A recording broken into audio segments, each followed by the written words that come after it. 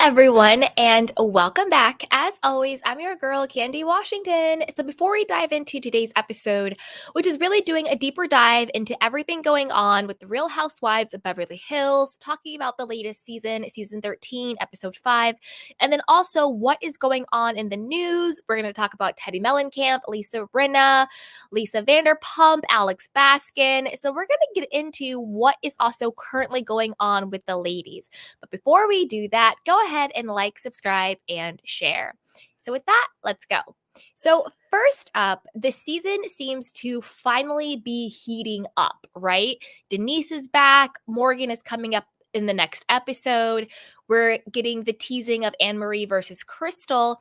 And then friendships are being tested. Sutton versus Kyle. Friendships are being formed, whether these are authentic friendships, real friendships, frenemies, watch your back, but it seems to be a budding friendship between Garcelle and Erica. And then also Kyle Richards just seems to be spiraling more and more in every single episode, to the point where now it's concerning to watch and she needs real help. Side note, I think Kyle now, and by now I mean like currently, present day, not in the episodes, because remember the episodes were shot months ago. I do think that Kyle now currently probably is in some type of intense therapy. I predict that her and Mauricio are going to reconcile. I say in the next 3 months, I think Kyle and Mauricio are going to reconcile. I think Kyle is in deep therapy currently, and I see them getting back together. That's my prediction. But with that, let's dive more into the episode and also into more what's in the news, because there's a lot of things going down. At the end of this, we're going to talk about something pretty heavy. So I do have a trigger warning for sexual without consent going against someone, if you get what I'm saying. So trigger warning for that. We're going to get into that at the very end of this scene, at the very end of this episode. So trigger warning. But with that, let's dive in. So let's talk about Ding Dong Dorit. Okay, Ding Dong Dorit. Karma and Sutton are getting Dorit back, okay? Now, first of all, didn't Dorit make Kyle and everyone else wait during Teddi's workout event? This was like a couple of seasons ago when Teddi was on the show, when she was doing her whole like Instagram photo shoot against the window, where basically she was, having PK take photos of her for her Instagram account. And then when she showed up late at Teddi's workout event, Kyle lost her mind and was like, "Why are you wearing workout clothes? You're not working out." But yet Dorit acted like she couldn't wait in the car for Sutton when they were going to Garcelle's premiere for like 10 minutes. Girl, bye. Like, we're tired of you, Dorit. You're hypocritical. Like, you're a snooze. You know what it is about Dorit?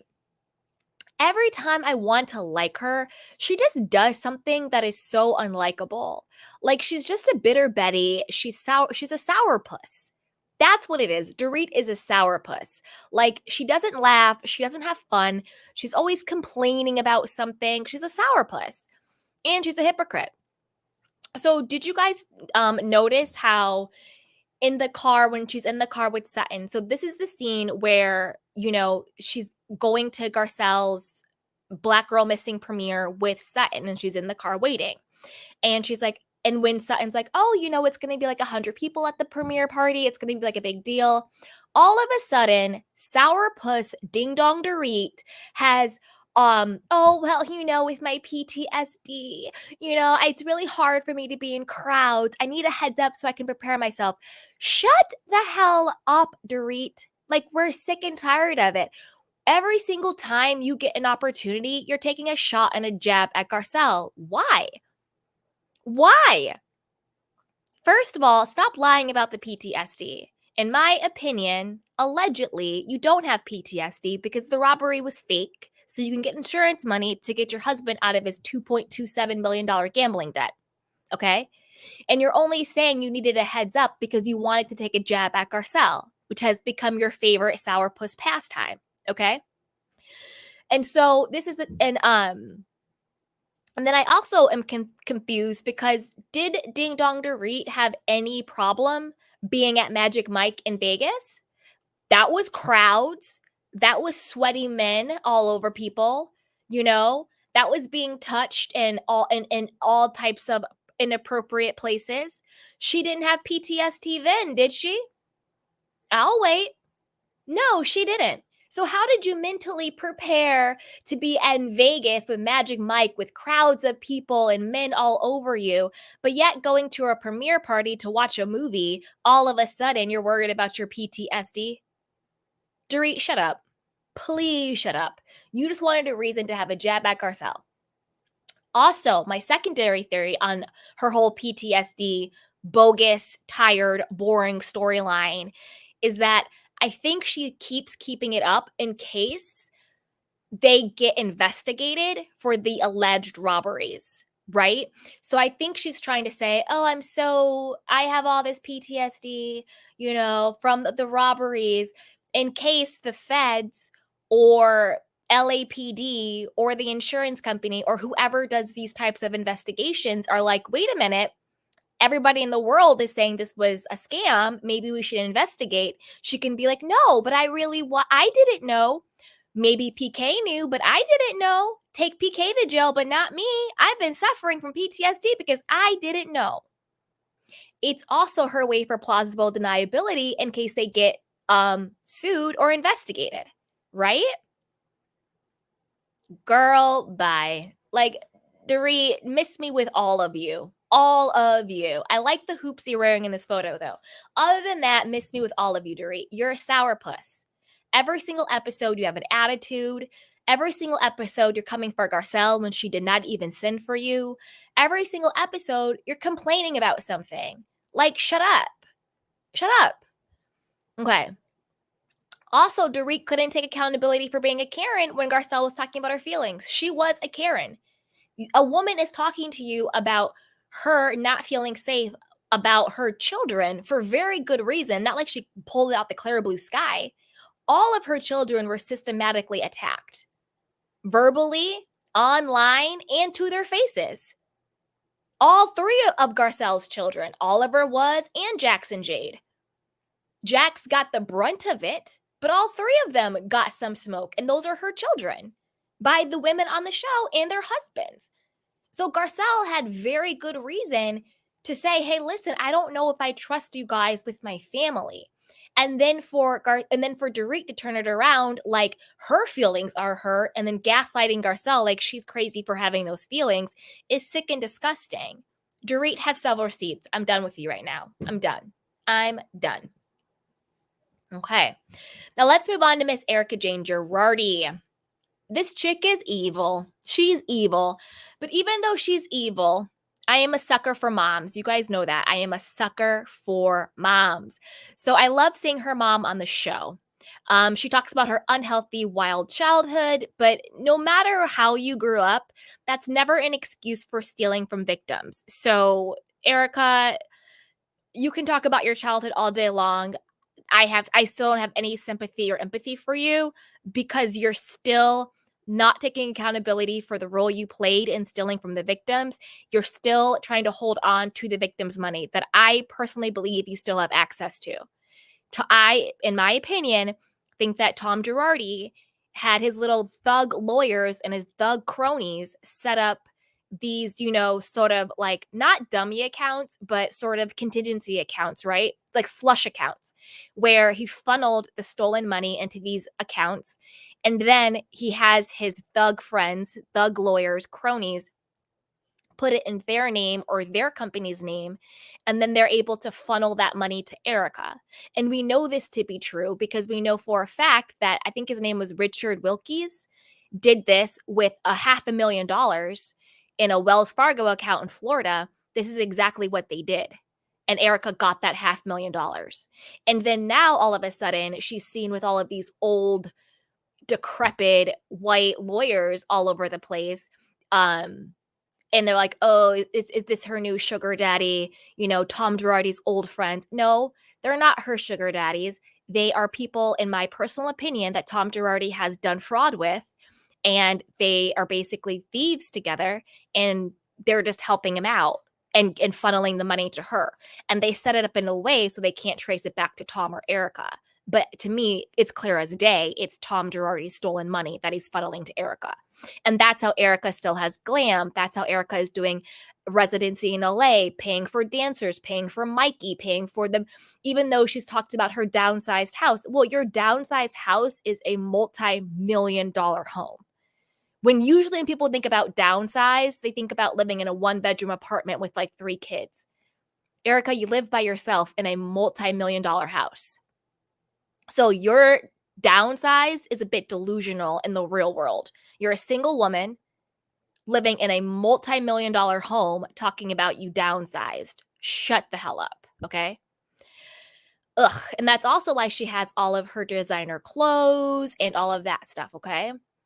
Now, the situation with her mom, the conversations about Tom in the court case were clearly very staged and very scripted, with her mom being like, "Oh, Erica, you went to that, law firm, 3 times in 20 years?" And she's like, "You have to stop this. You have to stop this talk." Clearly that was staged. Her mom is trying to, move Erica as far away from the fraud as possible and get her away from the fraud as far as possible, obviously. And then I also wanted to say that I think we talk about Monica Garcia from the Real Housewives of Salt Lake City and how she beefs with her mom and is so disrespectful and horrible.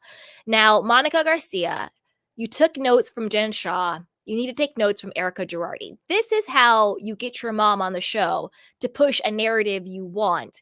And you can still beef with her in a lighthearted way without being super disrespectful.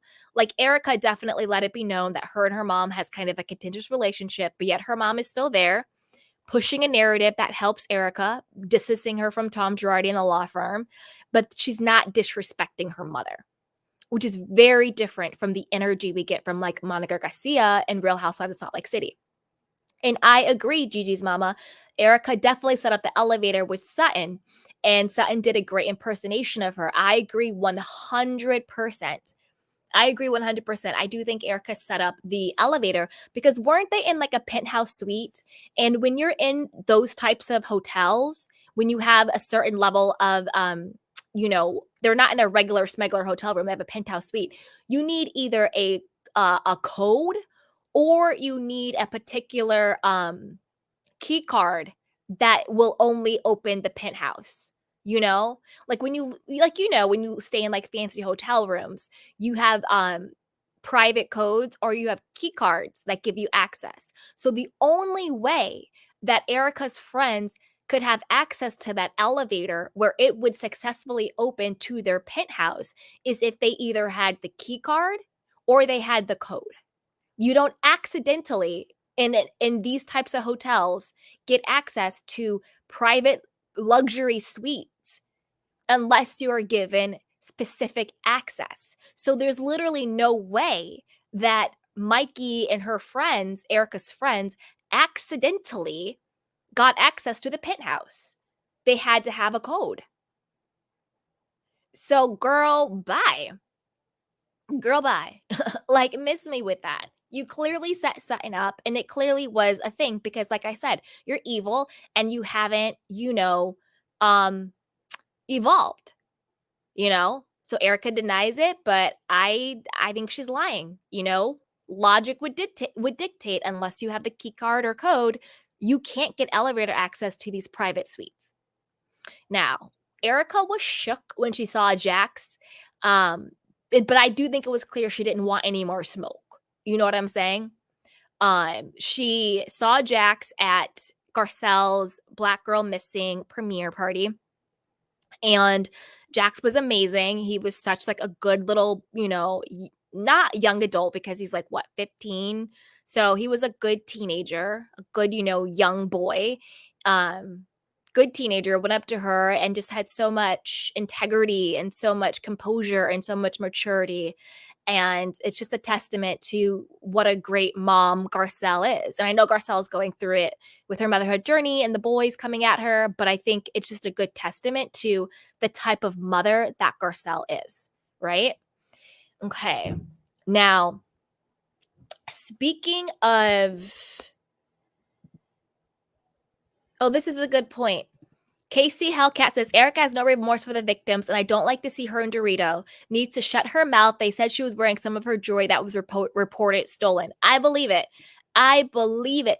And you know what? I think it's the next episode. Garcelle makes a very good point too, where she's talking about jewelry. And she says, all I know about jewelry is that after Dorit's robbery, she still had hers. Very similar to Kyle. Remember when Kyle said that she had the robbery and all her jewelry was stolen, but then miraculously, she was wearing the jewelry, she was wearing the bags. So come on with it with these insurance scams. I agree. Very good point. Very good point. Okay, speaking of people who are evil, let's move on to this story about Lisa Rinna talking about the Fox 405, also talking about Teddi Mellencamp and whether or not she would do a Real Housewives Ultimate Girls trip with Lisa Vanderpump. And then we have from the horse's mouth, I also have a clip of Lisa Rinna talking about the faux Fox 5. Do I believe what she says? No, but I will play the clip and then we can see, we can talk about it together. Okay, so this is from Reality Blurb. It says Lisa Rinna spoke of the Real Housewives of Beverly Hills and her former castmates while appearing on Amazon Live last week.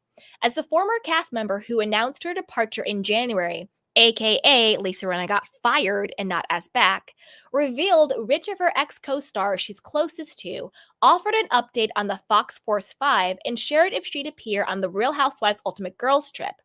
Lisa also discussed husband Harry Hamlin's plans for Thanksgiving and confirmed whether or not she's watching season 13. I have not watched the show, Lisa said during a November 17th appearance on Amazon Live, but she's still in touch with her co-stars.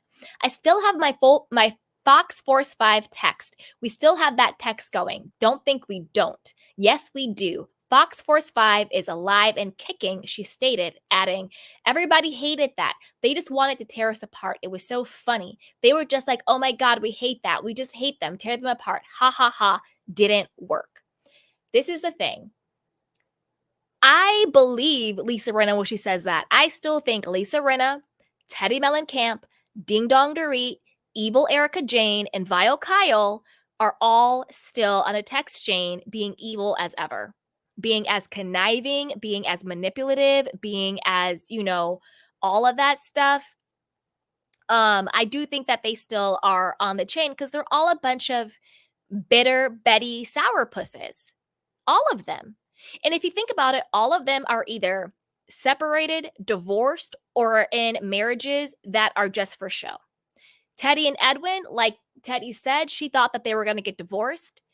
And I personally think Teddi was the one who had the threesome with the guy, with that Garrett guy from F-Boy Island. I think it was Teddi and Kyle. And do I think Teddi and Edwin are happy? No.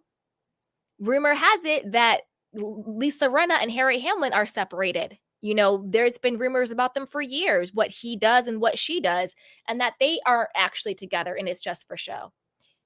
Everybody knows about Kyle and Mauricio. Everybody knows about Dorit and PK.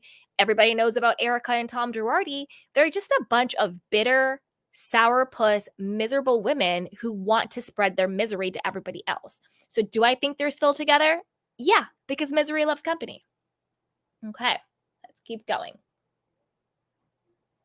As Real Housewives of Beverly Hills fans will recall, the Fox Force 5 consists of Lisa Rinna, Kyle Richards, Erica Jane, Dorit Kemsley, and Teddi Mellencamp, and originated during their season 9 trip to Provence. We bonded over that. There were 5 of us trying to make a show, so we definitely bonded over that, she explained. When Lisa was then asked if she'd like to appear on Real Housewives Ultimate Girls trip, she shared her dream cast.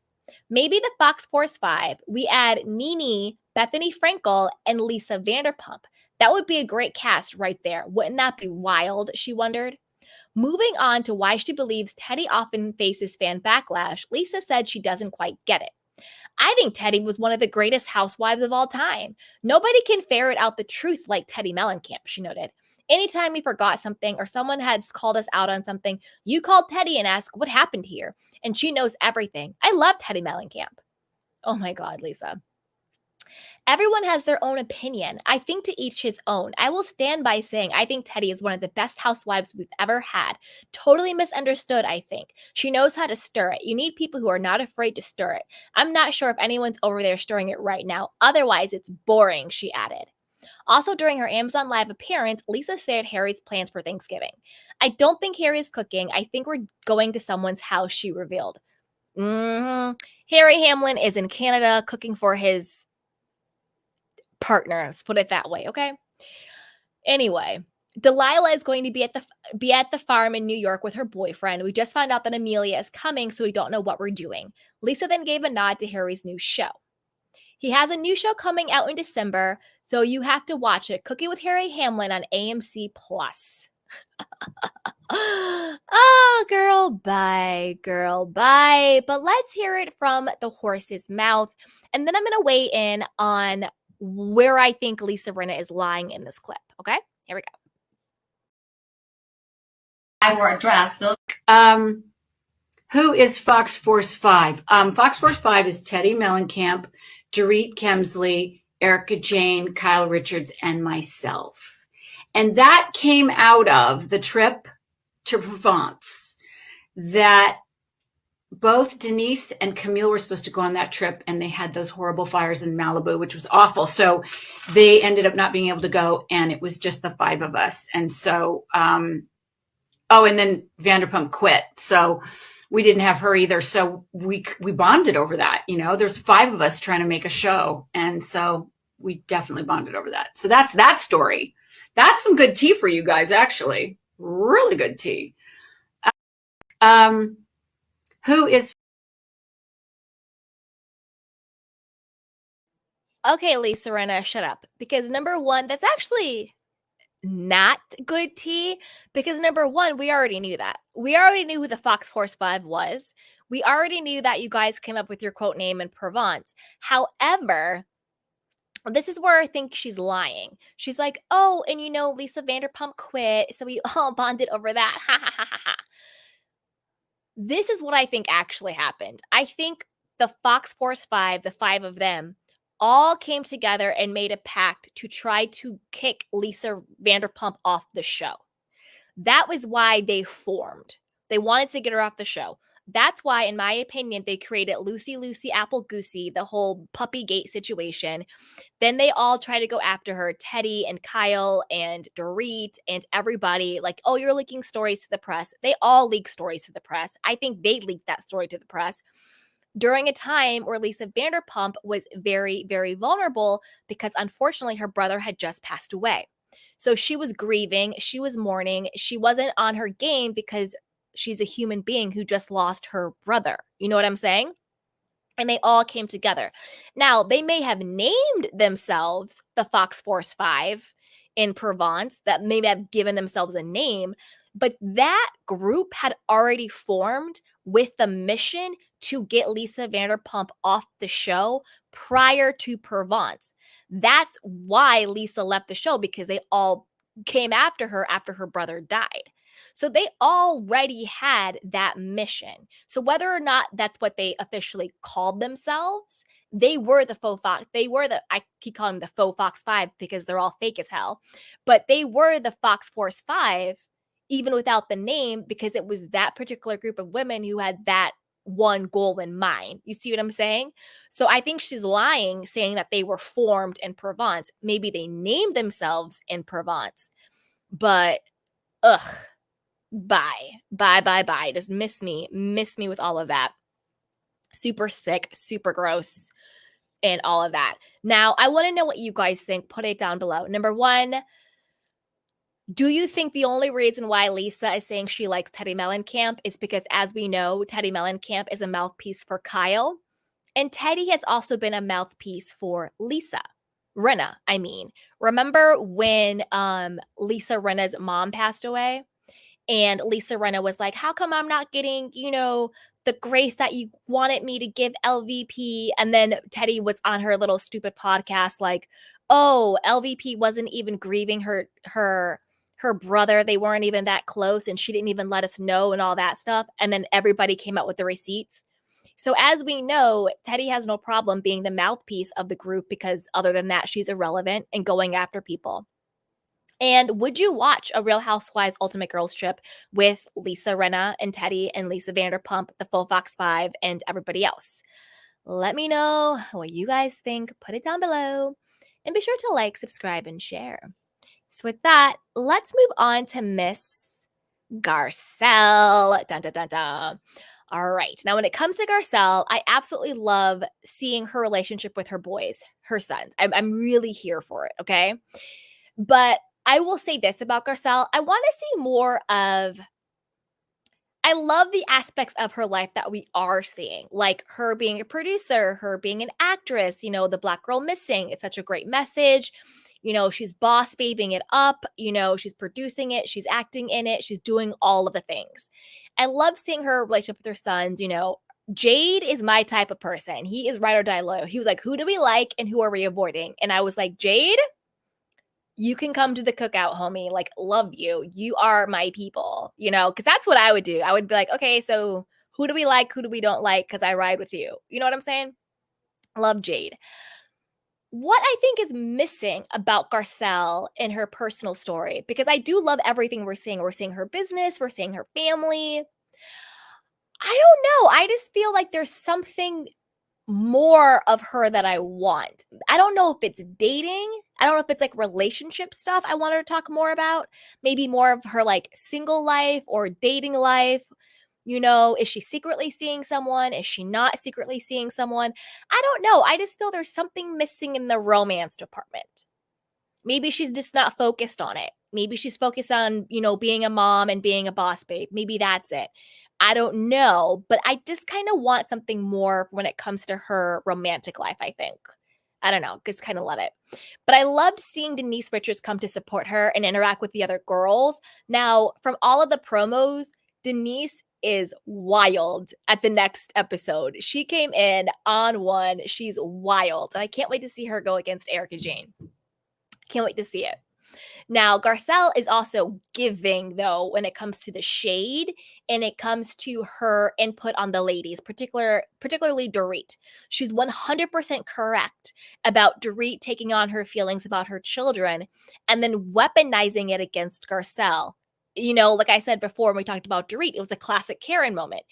Someone is coming to you with their hurt and their vulnerability, and then you turn it around and make it about you being hurt and gaslighting them like they're crazy for coming to you with it and making Garcelle feel like she has to apologize to you, which she definitely doesn't.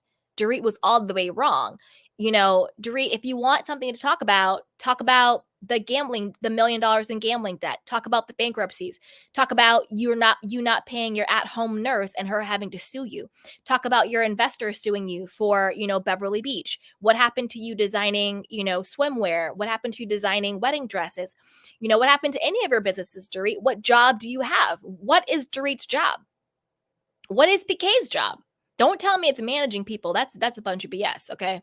What do they do for work? Where is their money coming from? I know Dorit gets her Bravo check, but what do they do for money? Where is their money coming from? Other than alleged insurance scams. So Dorit, if you need something to talk about yourself because there's a lot to talk about, okay? The block is hot. You're broke, and all this stuff. Talk about PK, what he does in London. Why is he always in London and not with you and the kids? So you want something to talk about, Dorit, talk about your own life. Leave Garcelle alone. And I loved her analogy. And it's so funny because, again, over here with the Candy Canes, we predict everything. Last week, I said the same exact thing Garcelle said to Dorit this episode. Remember last week, I said, oh, Dorit, you're coming for Garcelle, saying that, oh, it's been over a year since that happened to you and your children, just get over it. But yet you're harping about your PTSD that happened over a year and a half ago. That alleged robbery happened like a year and a half ago, and you're still harping over your PTSD. But I do want to preface that with this. People who genuinely suffer from PTSD, I'm not being insensitive or disrespectful to you because you can't put a timestamp on that. When you go through a truly traumatic experience, you can suffer from PTSD for the rest of your life. So I want to be very clear that people who are truly suffering from PTSD for any reason, for any traumatic experience, my heart goes out to you and I stand with you, and you take as long as you need to heal. I'm only coming for Dorit's neck because I think she's lying about it. So I want to be very clear on that. I want to be very, very clear. I stand with people who have PTSD. I love you and I see you, and you take your time to heal. I'm just talking about Ding Dong Dorit, who I think is lying through her teeth, okay? And I loved how Garcelle said that because we said that last week. You know, you don't tell me how long I need to get over something when you're harping over a fake robbery that probably never even really happened. Girl, bye. Girl, bye. So I love that. But yeah, but when it comes to Garcelle, there's just a little bit something missing. I love she's a boss babe. I love her motherhood journey, you know, with her kids and everything. But I want to see Garcelle the woman herself. Because we see Garcelle mom, we see Garcelle boss babe, but what about Garcelle the woman? You know, what's up with the dating? What's up with, like, you know, living your best single girl life? You know, you come for Sutton, like Sutton said, she's like, let's get you a first date. Because you come for Sutton because she can't get a second one, but like, are you getting a first one? You see what I'm saying? And I love you, Garcelle, I do. But also, Garcelle, you need to watch out for Miss Erica Jane. So as we all know, Garcelle and Erica seem to have a very budding friendship, a budding relationship. Do you guys think it's genuine? Do you not think it's genuine? I think, Garcelle, you better watch your back because no matter what, Erica's not your friend. But according to page 6, Erica Jane is ending her beef with Garcelle Bouvet's son and says, quote, I was totally out of line. So Erica Jane and Garcelle Bouvet's 16-year-old son, Jax, ended their beef on Wednesday night's episode of The Real Housewives of Beverly Hills. The peace treaty was made during a screening of Bouvet's Lifetime movie, Black Girl Missing, where the high school student approached the Pretty Mess author. I just wanted to come and let you know that everything is okay, Jax said. Jax told Jane, who immediately offered an apology. Well, I apologize. From the bottom of my heart, she said. I was totally out of line. I have said this to your mother, and I'm really happy for you to hear it from me. So please accept my apology. Jax gracefully replied, of course.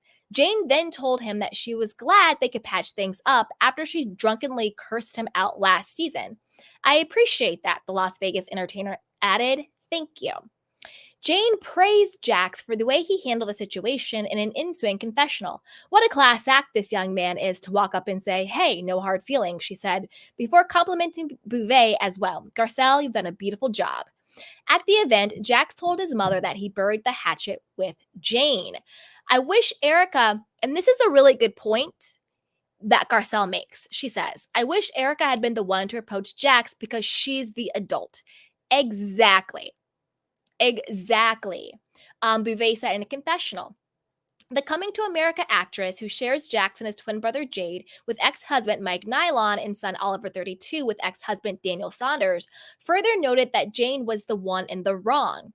I agree with this 100%. Number one, anytime there is a dynamic between adult and child, it is always, and I mean always, the adult's responsibility to make things right. But what I mean by that is obviously not in the situation because Erica as the adult was in the wrong. But what I'm saying is even if the child is, quote, in the wrong or did something wrong, it's the adult's responsibility to create the environment for the child to take responsibility for what they did. If the child is in the wrong because they are the adult, right? Now, in this situation, it's the adult that is in the wrong. I agree with Garcelle. Erica should have been the one to come up to Jax. And it should have happened way before now. It should have happened before the cameras were rolling. It should have happened privately and publicly. Because I am one person that I'm like, if you disrespect me in public, you need to make amends in public. So you disrespected my child in public, you need to make amends with him in public. But she should have done that privately and publicly. And I agree, it should not take the child to be the adult in the situation. But then again, we're dealing with Erica Jane here, who's an evil child herself. So there you go. Added Bouvet, but I'm glad Jax felt confident enough to go and talk to her himself. Yes, and I love that he also got Crystal to come with him to like back him up. I loved that. Jane drew ire of viewers after she spoke so poorly of then 14-year-old Jax at Bouvet's birthday party, which aired on Real Housewives of Beverly Hills season 12. I understand we were all having a good time at my birthday party. I understand that your liquor level was beyond Bvd told you at the time.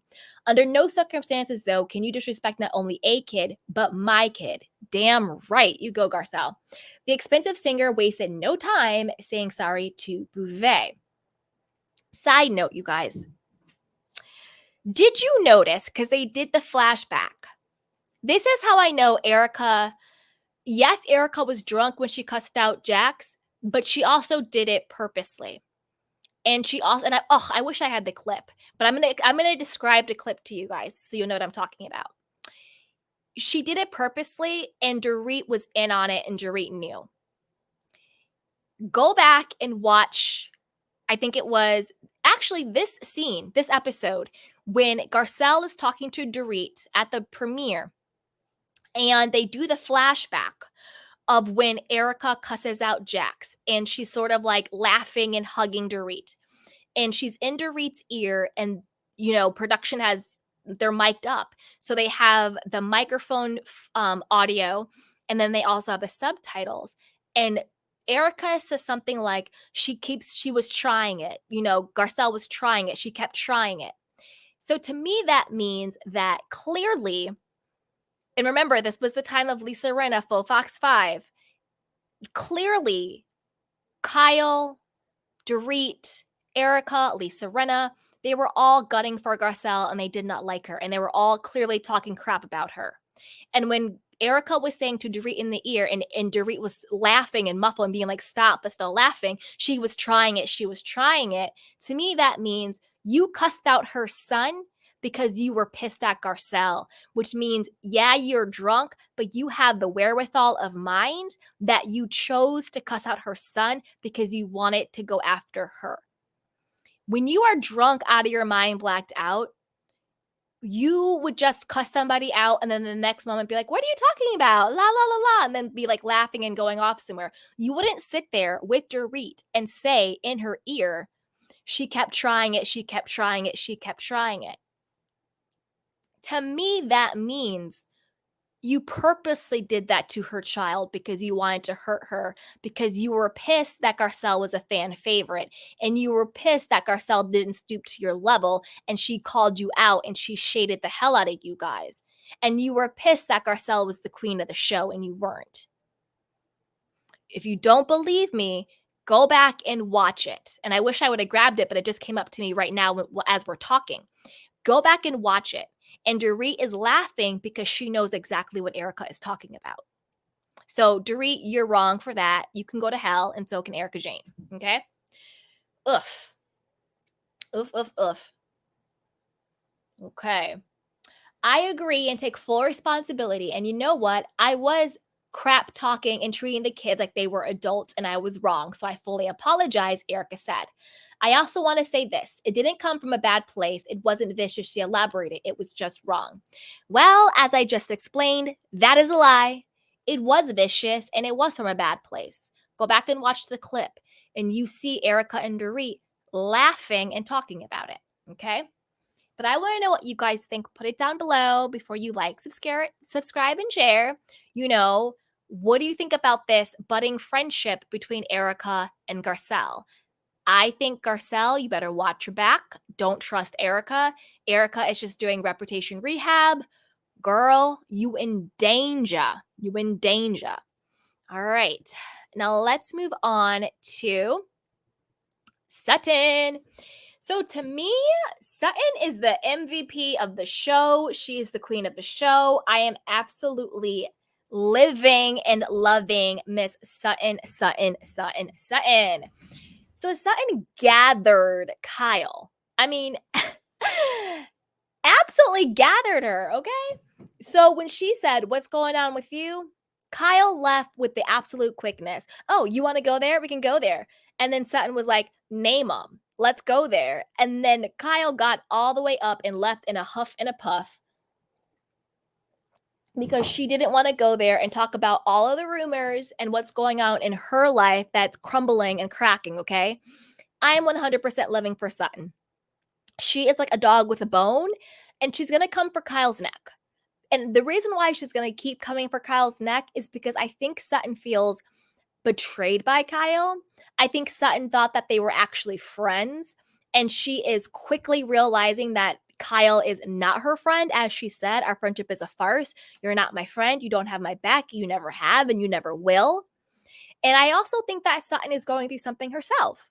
And I think she's in a vulnerable place and she feels picked on. I do think that Sutton is very lonely. And I think she wants to find love. And I think that she's also going through something because, you can have all the money in the world and all the privilege and all the access in the world.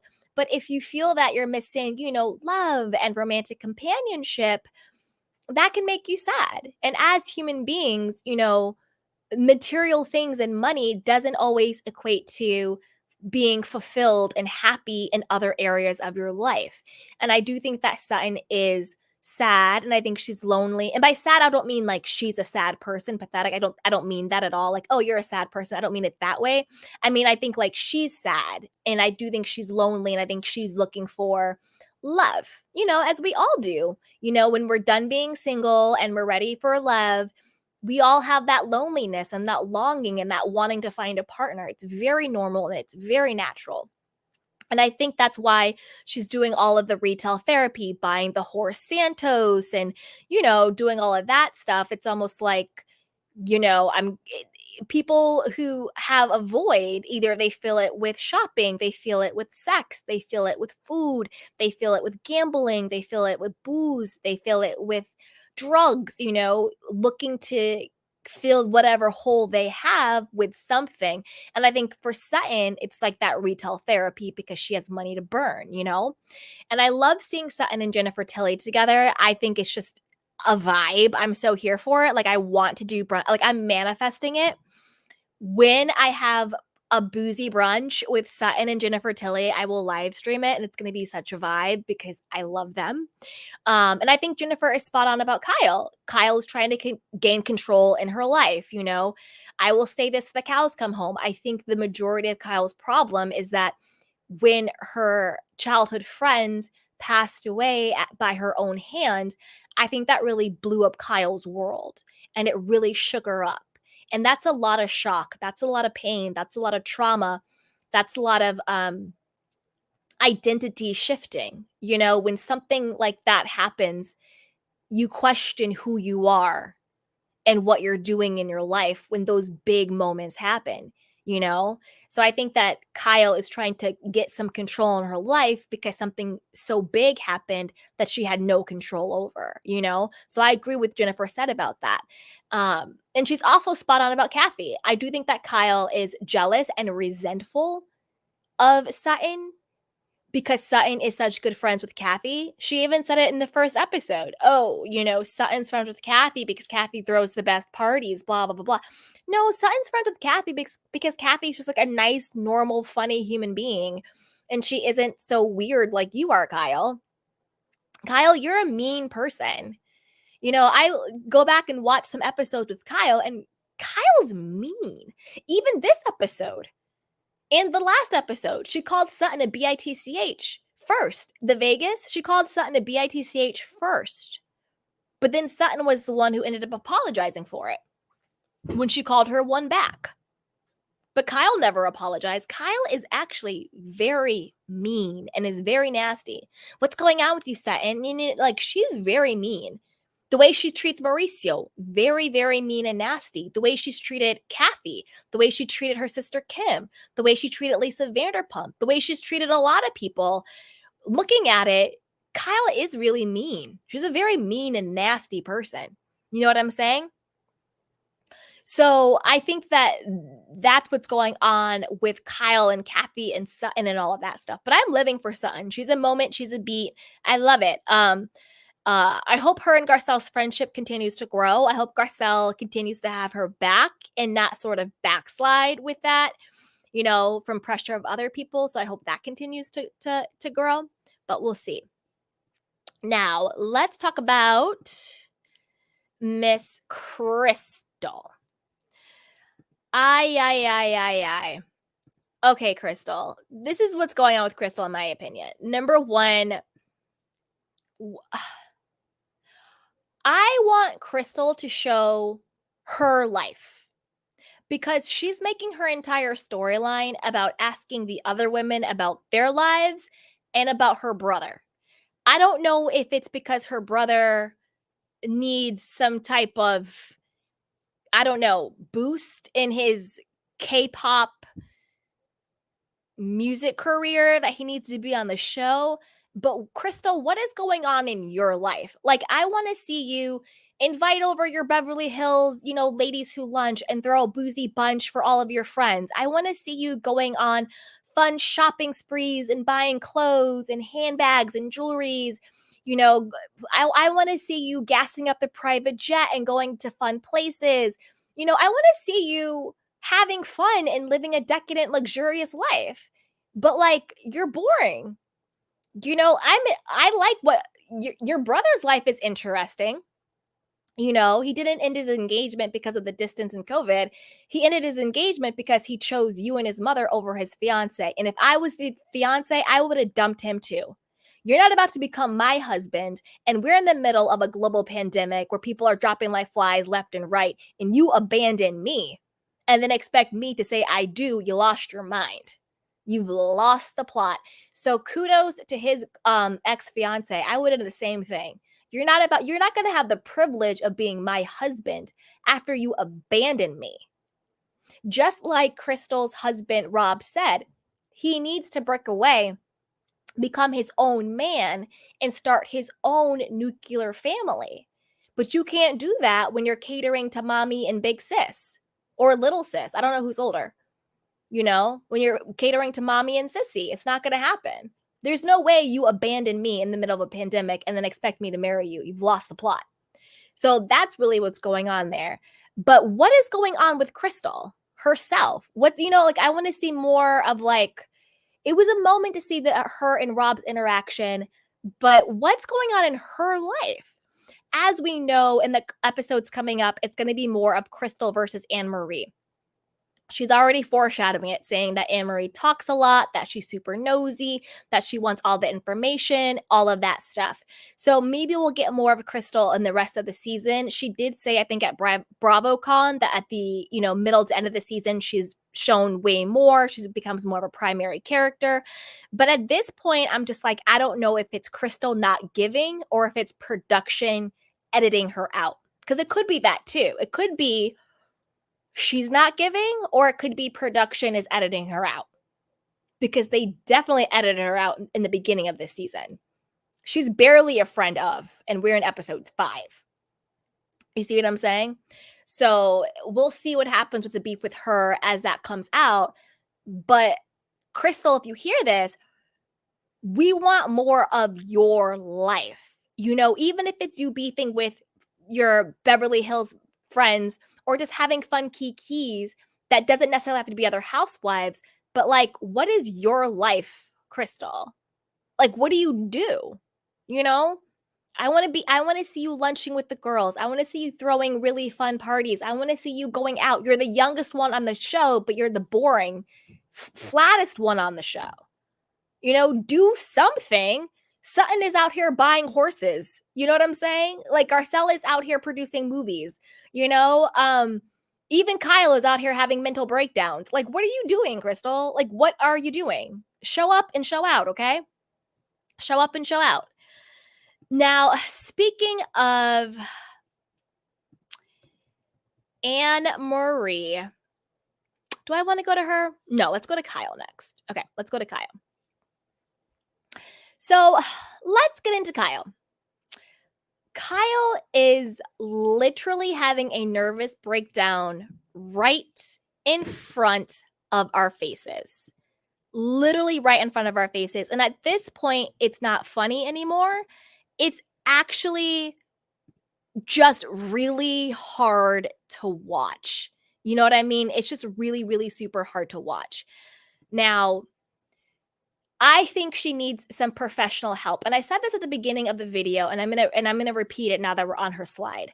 I think currently, and by currently I mean literally today, I think Kyle probably is getting some professional help, maybe a therapist, maybe a team of them, in that situation. I do think that Kyle, present day, is probably getting a lot more help. And I think that her and Mauricio, this is my prediction, will reconcile in about 3 months. 6 months max. But I think in about 3 months, they'll probably reconcile. And I do think that she's getting some deep help that she really, really needs. And when I say that, I don't mean any shade by it. I'm not being shady. I'm not being funny. It's not a kiki. I'm coming from a place of a human being that we're looking at someone who is literally cracking. You know, all of the weight loss, all of the choosing to not drink, which I think is really great. Like she says, you know, if I have 2 glasses of wine the next day, I am down and I'm depressed and I cannot afford to be depressed right now. I saw some headlines where I think they got it completely wrong. They're like, Kyle says she can't drink amid marital stress. No.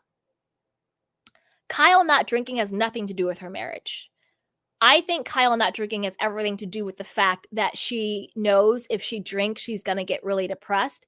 And I think what she meant by I can't afford to be that depressed right now is because of the loss of her friend due to her mental illness and by her own hand. You know what I mean?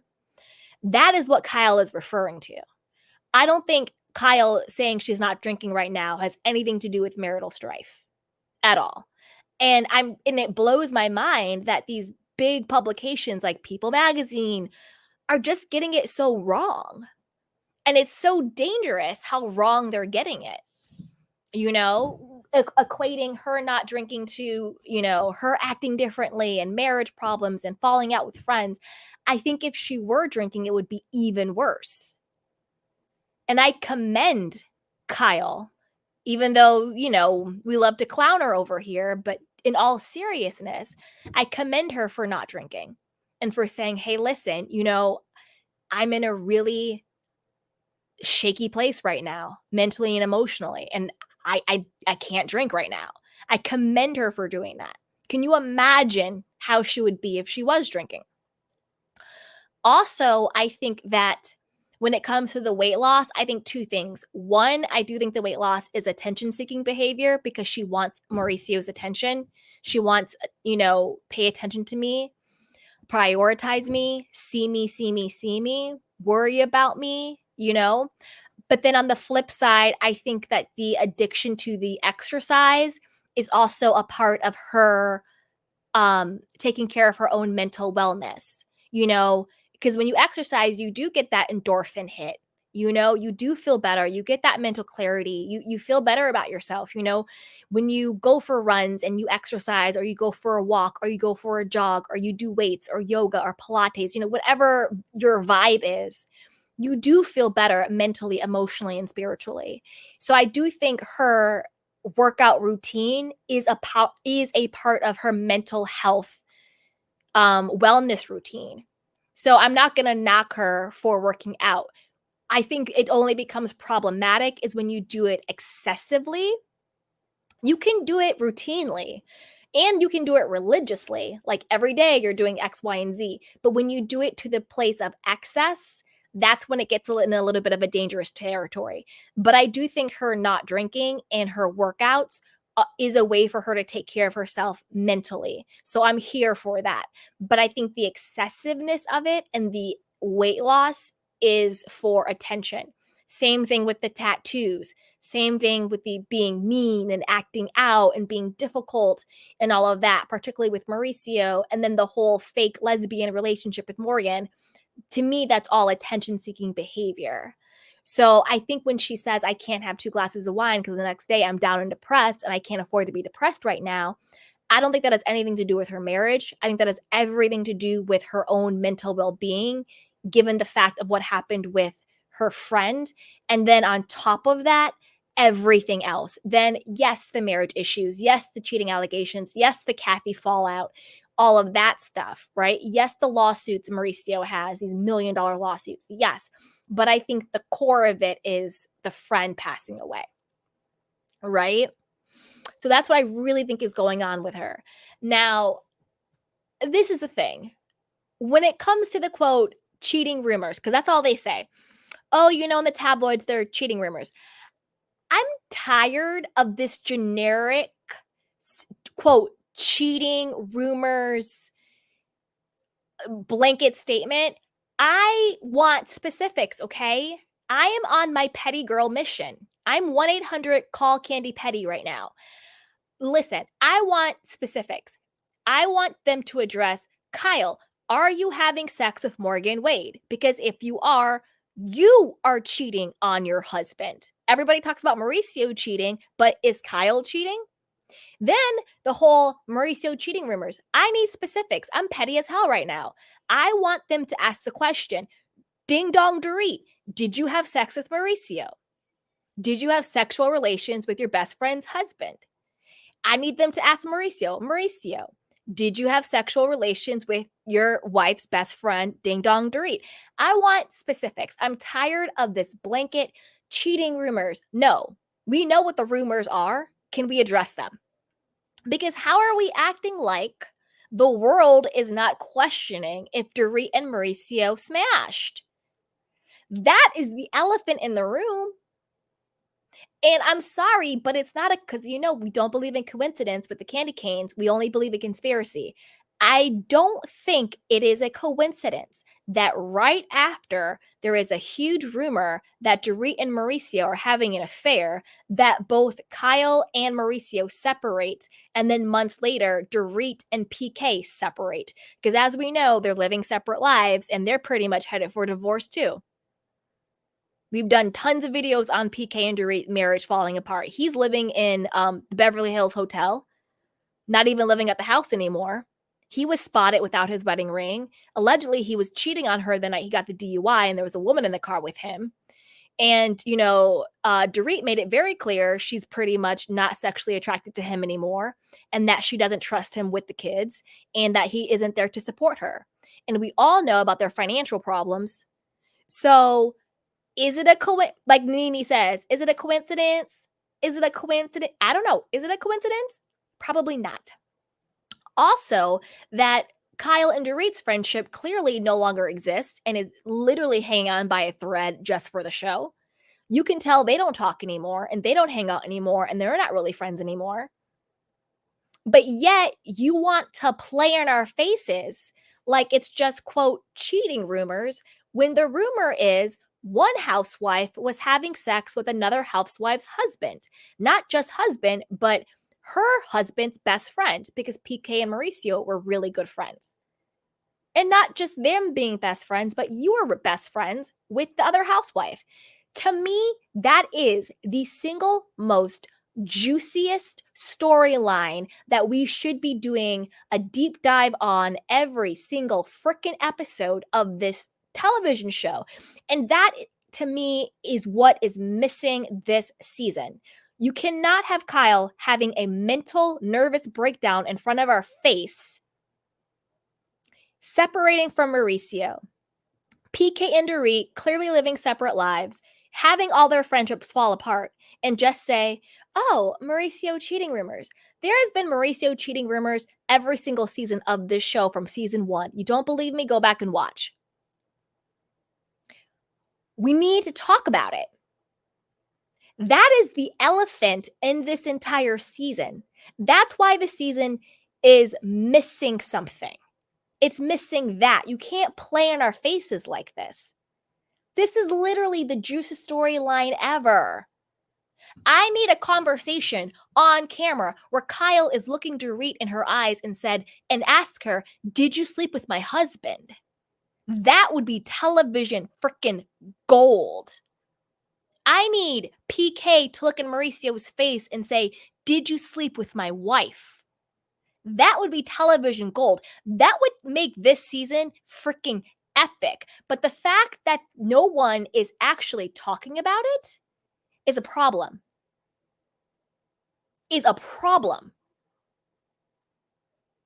And that is why this season kind of isn't really working. It's heating up.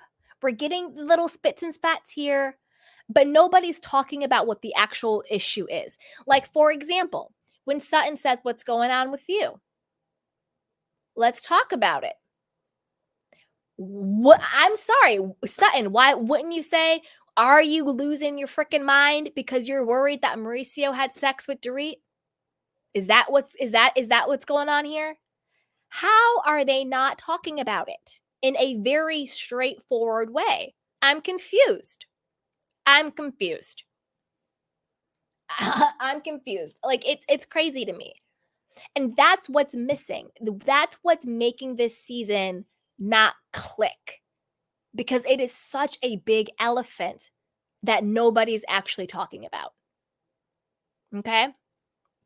Now let's talk about a bigger elephant that people are talking about. Ugh. Okay. Let's talk about this very alarming and sad story that broke. And this is a trigger warning for anyone who knows someone or has personally been affected by sexual assault. This is a trigger warning for that. But we are going to talk about the allegations with the Real Housewives of Beverly Hills newcomer Anne-Marie Wiley's husband, Marcellus. He has been accused of sexually assaulting someone in 1994. So we are going to get into it. And before we do, be sure to like, subscribe, and share. So here we go. Just as a little background information, the way that Anne-Marie is going to be introduced into the show is going to be as a friend of Kyle's. If they are truly friends in real life, I don't know. If this is a diversity hire for Beverly Hills, maybe, maybe not, who knows.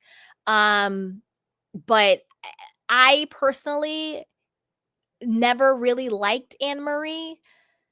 Honestly, it was like a gut feeling, just energetically. I've never even heard her speak, but I just never really, I don't know. There's just something that was always just off for me. And again, as a little bit of background, Kyle is definitely going to use Anne-Marie as her mouthpiece to go after Crystal this season. But with that, let's dive into the allegations that her husband is now facing. Okay. Now, this is according to page 6. And again, trigger warning for anybody who has dealt with sexual assault. Okay. The husband of Real Housewives of Beverly Hills newcomer Anne-Marie Wiley has been accused of the R word in a new lawsuit. A student who attended Columbia University at the same time as Marcellus Wiley nearly 3 decades ago sued him on Tuesday in the New York Supreme Court under the Adult Survivors Act, alleging that he attacked her in the fall of 1994 when he was a sophomore and star football player. According to the lawsuit, which was obtained by the Post, Marcellus allegedly forced himself on the woman in her freshman dorm room. The woman alleged that Marcellus ignored her verbal objections and took her virginity, which claimed later drove her to attempt to take her own life. Wiley's actions were intentionally designed to cause plaintiffs severe emotional distress or were taken with reckless disregard of the significant and or substantial probability of causing the plaintiff severe emotional distress, her lawsuit states. The woman, a professor and psychologist with a focus on race and culture, claimed she and Marcellus were friends when he invited himself to her dorm, allegedly telling her he wanted to eat dinner together and listen to music. She allegedly told Marcellus that she was a virgin and not interested in having sex with him, but she claimed he laughed in response and said, "Ain't nobody trying to have sex with no virgin. Don't worry, I got you. Just coming to hang out while I eat. I don't even have condoms on me." However, the woman alleged that the 250-pound athlete almost immediately ripped off her clothes when he got there and forced her face down onto the mattress. She claimed she could barely breathe and feared for her life as Marcellus allegedly took advantage of her in a sexual way multiple times. According to her suit, she managed to get away from Marcellus, but he allegedly verbally threatened and physically yanked her back into bed for another round. Marcellus denied the woman's claims in a lengthy YouTube video on Wednesday. The hour-long video started off with a slate and text that read, "Big media is reckless and irresponsible to run with any story that is a flat-out lie. Everyone should be innocent until proven guilty, and in my case, the guilty part ain't happening. The guilty part ain't happening. That's why I'm a partner with Brinks TV." That is so disgusting and narcissistic. Horrible. Later on in the video, Marcellus said, if you're a virgin, I'm not going to be your first because I'm not looking at it with the same respect, esteem, honor that you should. We did mess around, but no vaginal intercourse, he initially insisted. Later, he admitted that they did have sex. So he's already caught in a lie. He already said, oh, we messed around, but no intercourse. And then later on, he admitted they had sex. So you've already lied, sir. Anyway, Marcellus went on to accuse the woman of talking trash and spreading lies to help her cope with the shame she felt for cheating on her boyfriend at the time. She felt ashamed to mess with me when she got caught. She didn't feel ashamed inviting me over. She only felt shame when she knew there was no future with me, he claimed. Now listen. Of course, these are allegations. Of course, innocent until proven guilty. However, hypothetically speaking, usually when someone is a predator, they victim shame. Victim shaming sounds like this. She wasn't ashamed when she invited me over to her place. Well, why did you let him in your apartment? Why did you let him in your room? Victim shaming sounds like this. I don't want to. Why would I want to have sex with a virgin? I'm not going to respect that the way you should. Victim shaming sounds like this. Oh, she was ashamed she got caught messing around with me because she had a boyfriend. All of that sounds like blaming the victim for what you did. Again, these are allegations. I'm talking hypothetically, okay? Don't come for me, Marcellus. You don't want it. You don't want this. You don't want this smoke, okay? You don't want it, homie. I'm just saying, hypothetically, that's what this sounds like, okay? Again, innocent until proven guilty. These are allegations. But this sounds like a lot of victim shaming. And then you already yourself got caught in a lie. We didn't have sex. No, we did have sex. Okay. So you're admitting you did have sex with this woman. Was it consensual? That remains to be seen. Also sounds like victim shaming. Oh, well, once she knew that there was no future with me, then she tried to talk about me. Then she tried to, spread lies about me because she couldn't get with me. She didn't have a future with me. Boy, bye. In her lawsuit, the woman said she confided in a friend about the alleged attack and then reported it to several Columbia University administrators, all of whom allegedly displayed fondness for the then NFL hopeful. One of the administrators allegedly showed the woman's victim statement to Marcellus, who just disagreed that it's the R word. The woman also claimed that the administrator told her that she had misunderstood the encounter because she was born in Africa and Marcellus was American, and people from different cultures interpret things differently. I don't think there's any culture that misinterprets somebody attacking them when they are not consenting to it. Okay? Marcellus, who also claimed in his YouTube video that he would countersue for defamation, received minimal punishment. Of course, he's going to countersue for defamation. That's just like Erica Jane appealing for legal reasons. Like, that's the most basic thing that people do to try and get out of being accountable. He was placed on academic probation in order to complete the spring 1995 semester from his home in Los Angeles. He then returned to the New York City campus and the team. The woman and the friend who encouraged her to report the incident allegedly received harassing phone calls in the months that followed. In the spring of 1996, the woman said she tried to end her life, after which she was admitted to a locked hospital ward for 2 weeks before being released. She claimed she and Marcellus were later forced to share classes together. The woman later became active in the university's chapter of Take Back the Night, an organization that focuses on ending sexual, relationship, and domestic violence, where she allegedly met other women who claimed they were R-word, sexually taken advantage of without their consent by the same man. So not only is she saying it, but she's saying that there were other women, other girls, who made the same exact claims against the same exact person. Okay? Columbia was named in her lawsuit over allegations of negligence and reckless failure to protect its students from sexual predators. This is very much echoing Real Housewives of Potomac, Juan Dixon, in the sense of not that Juan was named as the predator himself, but that Juan was complicit in covering up the sexual assault of a student. Okay? Now, again, trigger warning for everything we're talking about. If you or someone you know is affected by this, I will put a hotline and a link in the description box for support if anybody needs it. There is no shame or embarrassment in seeking support. You know, if you or someone you know needs it, please reach out. And we love you and we're here for you. We see you and we believe you. This is a very hard topic to talk about, so be gentle with yourself, okay? Reps for the university did not immediately respond to requests for comments.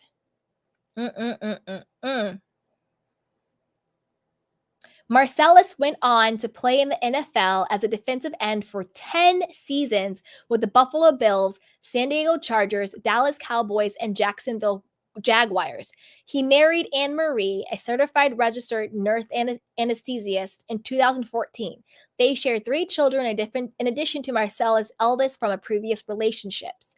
The Wileys have yet to make their debut on The Real Housewives season 13, which is currently airing. Now, again, we saw teases of Anne Marie making her debut in the next episode, obviously going against Crystal because she is Kyle's mouthpiece. This is the thing. I wonder if Bravo is going to edit Anne Marie and her husband in any way this upcoming season, giving this breaking news. I don't know. It will be interesting to see if they do. I haven't heard Bravo make a statement about this or come out with anything. We know he made his, in my personal opinion, a very victim shaming statement, and he made his little YouTube video. So it's crazy. Absolutely crazy. Now, this is from By Wig Hello Drama. It says, after you read each slide, come read this. Wiley went on to join the Buffalo Bills after being selected in the second round of the 1997 draft. He played in the NFL for 10 seasons for multiple teams. After his final season in 2006, Wiley worked for ESPN's NFL Live before co-hosting the network Sports Nation before moving to Fox Sports and FS1. He was allegedly nominated for a score of alumni awards in the years after his graduation, several of which were diverted by the plaintiff, who was working for Columbia as the associate director of the University Center for the Core Curriculum. The school reportedly relented to her objections over fear of negative press. Columbia was named in the lawsuit over accusations for negligence and reckless failure to protect its students from sexual predators. Now, this gives credence to what the plaintiff is saying. If she has the pull and power to get this man, who by all intents and purposes should be a very decorated alumni for Columbia University. He played for 10 years in the NFL. He is a host for ESPN and for Sports Nation. You know, those are huge accolades that could bring a lot of attention and a lot of money and a lot of donors and sponsorships to Columbia University. The fact that she is able to have him diverted from getting these accolades and awards gives credence to what she says. Because if what she was saying had no validity to it, why would Columbia University heed to her objections for him being celebrated? They would be like, no, what you're saying that there's no validity to that. You know, we're going to celebrate this man. We're going to give him awards. We're going to praise him. We're going to do galas and we're going to do all this stuff because having him as our alumni would bring us money. And trust me, at the end of the day, that's what they want. They wanted him there because they wanted him to win championships. They wanted him to win football games. They want the money. They want the prestige. They want the awards, right? So Ugh, it's disgusting. It's absolutely disgusting. Again, these are allegations. He has denied them, in my opinion, in a very victim shaming way. But what do you guys think? Do you think that these allegations should affect Anne Marie and her husband's presence on the show? Or do you think, no, they're just allegations. Until proven guilty, it shouldn't affect them on the show? What do you guys think? Me, my personal opinion, I didn't like Anna Marie from jump. She just seemed like a pick-me. She seemed like a mouthpiece for Kyle. It just seemed like a very odd casting in the first place. Like, I didn't believe that her and Kyle were actually friends at all. It just seemed really weird to me. And energetically, I have said, and you guys can go back and listen to my past videos about this. I just said that I felt something was very off about her and I wasn't vibing with her already. And now with these allegations, it just makes it even worse. I personally always believe victims. I do. If somebody says something happened to them, I believe them, particularly with all of this stuff. But again, allegations. But what do you guys think about this? Put it down below what you think and what do you think should happen with the casting and all of that stuff. And again, if you or someone has been dealing with this, please be sure to reach out for help and I will leave that linked down below. Okay. All right. Let's move on to something a little bit lighter. Let's talk about Teddi Mellencamp being fired from the Real Housewives of Beverly Hills and Alex Baskin, who is a executive producer on the show, weighing in as to why she got fired. Okay, let's talk about it. And then I also have the clip from Two Teas in a Pod that we can also listen to as well. So this is according to Reality Blurb. It says, Teddi Mellencamp and Tamara Judge welcomed Real Housewives of Beverly Hills executive producer Alex Baskin to their podcast earlier this month, where Teddi questioned Alex about why she was fired. Just over 3 years ago, after she took to her Instagram page to share that she had been axed after 3 seasons, Teddi asked Alex about the decision. Why did I get fired? Teddi asked on the November 10th episode of Two Teas in a Pod, as Tamara said, oh crap. Oh God, that's tough, Alex admitted. In yours, I think there was a strong audience reaction.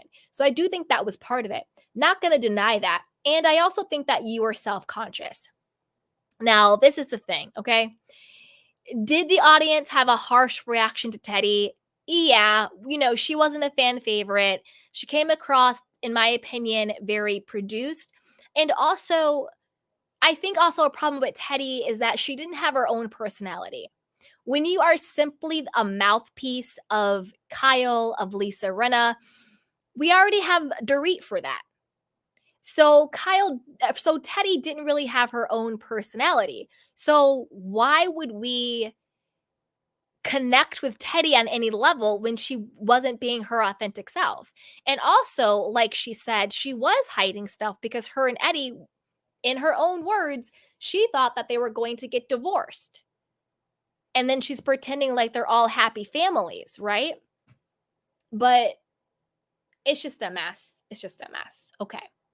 Right away, Tamara of the Real Housewives of Orange County agreed, telling Alex she's very in her head.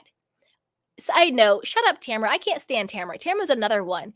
Tamara, you aren't telling the truth about your life. Is Eddie cheating on you? Are you cheating on Eddie? You came in on the Real Housewives of Orange County like a bat out of hell, losing your freaking mind, throwing Heather Dubrow under the bus, lying left, right, and center. You're just a weirdo, Tamara. Although Teddi wasn't kept around for the 11th season, Alex said that he and his team actually appreciated what Teddi brought to the show. The production always had your back, was a big fan of yours because you would say things that other people were thinking and wouldn't say, he noted before adding. I think it felt like then on that show, you weren't comfortable in your own skin. I think that was the issue. Yeah, Teddi replied. Yeah, production had your back because you were Kyle's puppet, and production always had Kyle's back.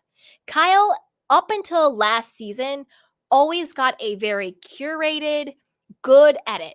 the production was always up Kyle's butt. That's why Kyle was delusional and thought she was a fan favorite. Kyle has never been a fan favorite.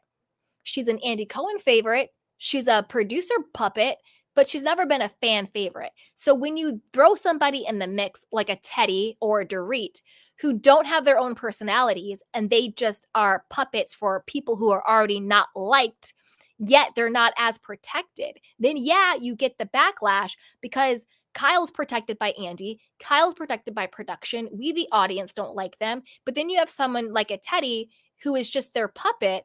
Then yeah, the audience is going to like them even less. You see what I'm saying? Even less.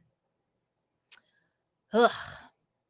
In October of 2022, 1 month after confirming her exit from The Real Housewives of Beverly Hills, Teddy explained why she believed she was cut from the show. I think it's because you didn't see a lot of me other than in drama this year, Teddy told Us Weekly on her Getting Real with the Housewives podcast. If you only see me when I'm in an argument, it's hard to see the whole picture. I wish we could have seen more of the fun stuff, but it's a TV show. Years later, on the Melissa Gorga's On Display podcast, Teddy gave another reason, suggesting producers didn't like how much she changed during her time on the series. I think my very first season, I started out, I'm just going to be blunt with it. I'm going to be completely honest. I didn't have much money, she said. I dressed differently. I did everything differently. I couldn't get glammed, none of that stuff, because you know how much you get paid your first season as a housewife. Teddy also admitted to sending an angry text to producers weeks prior to getting the boot. At the end of this season, I was mad. I texted the quote I texted was, I've trended on Twitter every single week from hate, and you aren't giving me anything else but the negative. Please, I'm doing the work. I'm showing up. I need you to show my life in some other capacity. Teddy recalled on her podcast, and ultimately the goodbye happened 2 weeks later. I was completely confused. Okay, Teddy, well, what is it? You got fired because you didn't have any money and you didn't have glam your first season? You got fired because you were always in an argument? You got fired because why? You got fired because the audience, you didn't land with the audience, basically, is why you got fired, I think. That's why. But let's hear it from the horse's mouth, what Alex Baskin had to say. You guys know my issues with Alex Baskin. I'm not a huge Alex Baskin fan personally. Why'd I get fired? Oh, God. That's tough. In yours, I think there was strong audience reaction to you. Yeah. So I do think that was part of it. I'm not going to Mhm. deny that. And I also think that you were self-conscious. Yeah. She's very in her head. The production always had your back, was a big fan of yours because you would say things that other people were thinking and wouldn't say. I think it felt like then on that show, you weren't comfortable in your own skin. I Yeah. think that was the issue.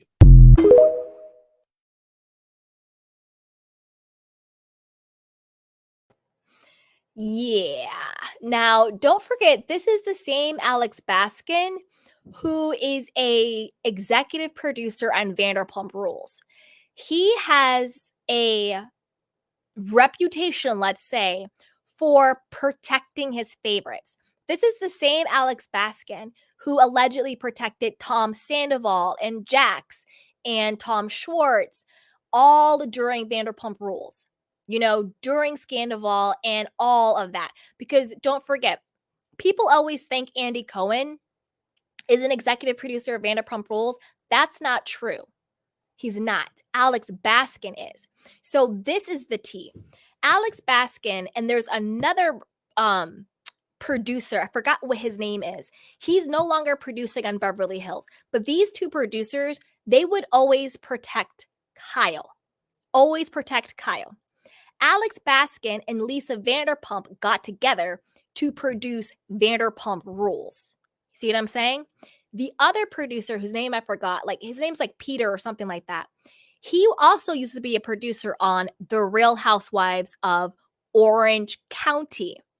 This is the producer that allegedly Heather Dubrow pushed into a wall.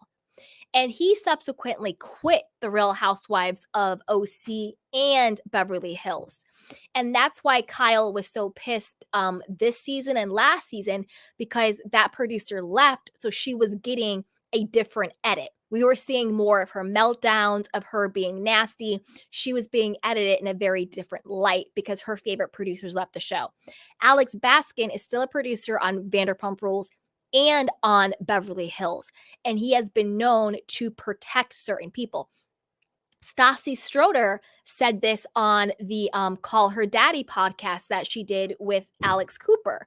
She confirmed what we all knew, that production would show the girls in a certain light, but they would always protect the boys.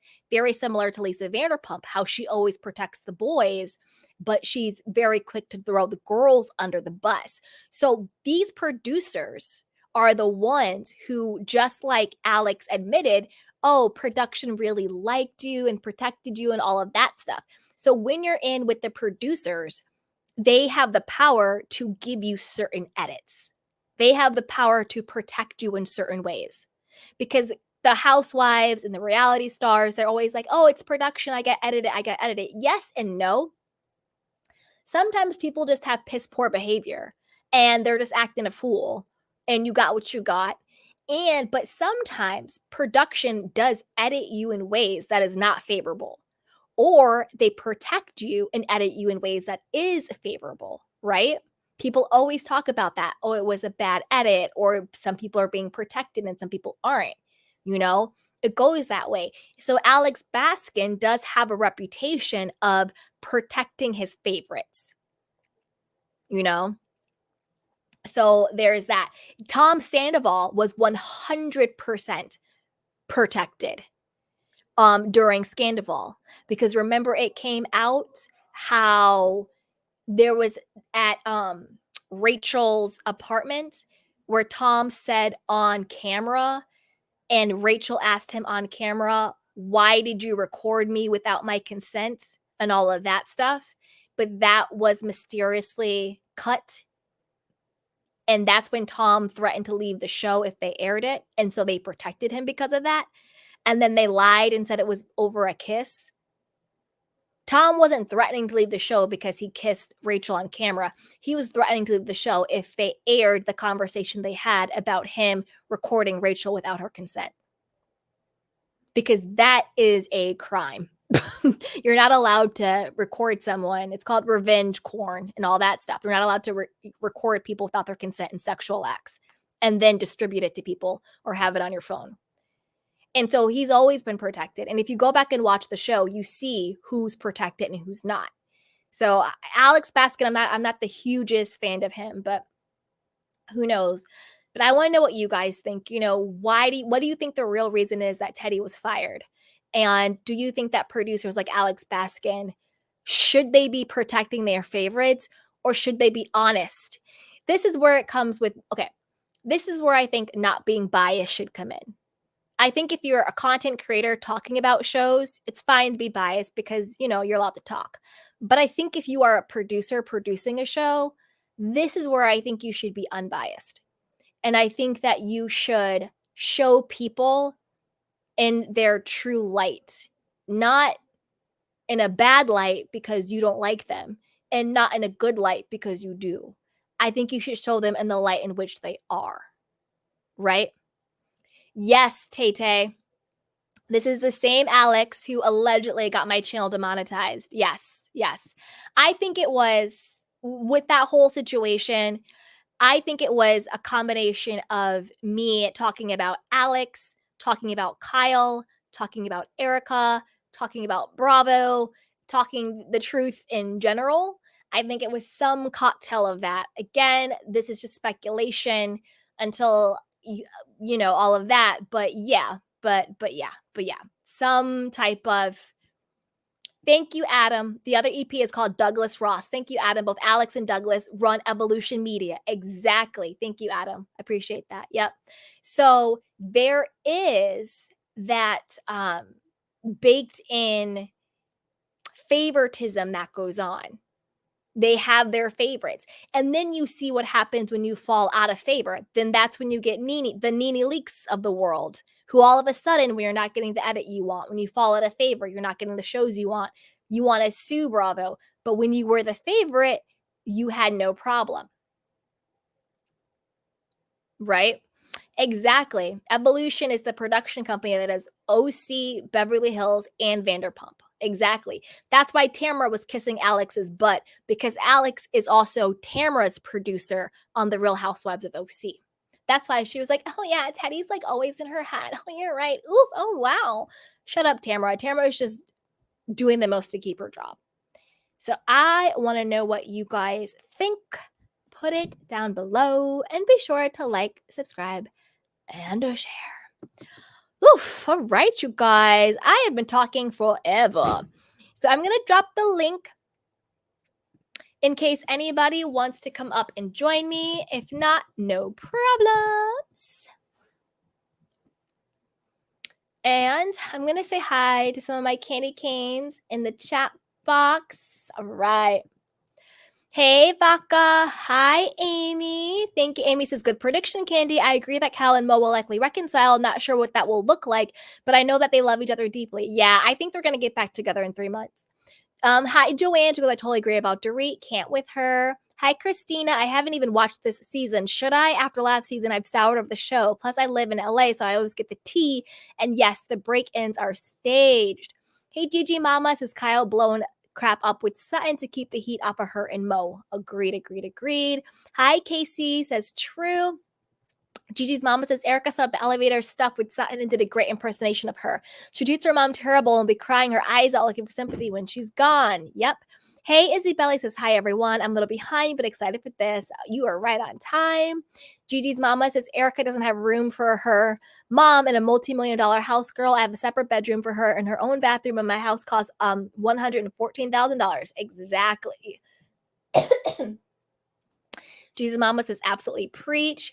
Hey, Isabella says that is correct. They are pretty restricted. I've been in hotels for a long time. Yep.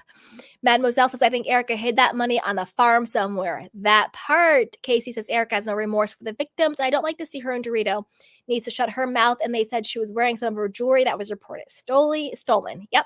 Isabella says, yes, Mademoiselle. I'm living for Garcelle after that sneak peek. Me too. Gigi's mama says Sutton left the strip show. If the rest didn't follow her and stayed and enjoyed their time, there wouldn't have been drama they created by following her and making the scene. I agree 100%. Jesus, the queen doesn't need Real Housewives. Hey, kicking me out. What's up, sweetheart? Hey, Vaca. Hey, Gigi's mama. Hey, Artist Fleetwood says Jack was a very respectful young man. Yes, he was. Hey, Food D. Hi, sweetheart. I love you. Hey, Izzy Belly. Hey, Vaca. Izzy Belly. Gigi Mama. Hi, LA Film Scene says, hello, I'm new here. Well, welcome. Welcome to the party. Geeking me out says, Erica cannot be trusted. I still don't like her. I agree. Candor says, dare I say, these last few episodes, I'm agreeing with Erica. Candor, you just like to be a contrarian. Julian Ann says Kyle was completely deflecting and projecting 100%. Candor says, I think Beverly Hills is lacking a lot. I agree. They're not addressing the real problems. Hey, Food D. Geeking me out says, to me, Kyle flashing on Sutton in Vegas is reminiscent of her putting Kim on blast in the limo and calling out her alcoholism 100%. Mademoiselle says, I can't believe Crystal's brother is her storyline. I agree. Hey, Candor, what is up? Candace says, Crystal, go out and have afternoon tea with Mickey Mouse. Not Mickey Mouse. Oh, because Rob works for Disney. I love it. Hey, Candor. Hey, Person ABC says, I think you're right about Kyle. I'm not a fan of her at all, but I think she needs help. I agree. Hi, Eileen says, Rinna is to blame for the dog leak to press and not LVP. Why is everyone afraid of Rinna? I agree 100%. Kyle is cheating because she's sick of Mo cheating. Kyle was crying in Aspen because she knows something going on with Dorit and Mo. That's why she's angry with Dorit. I agree.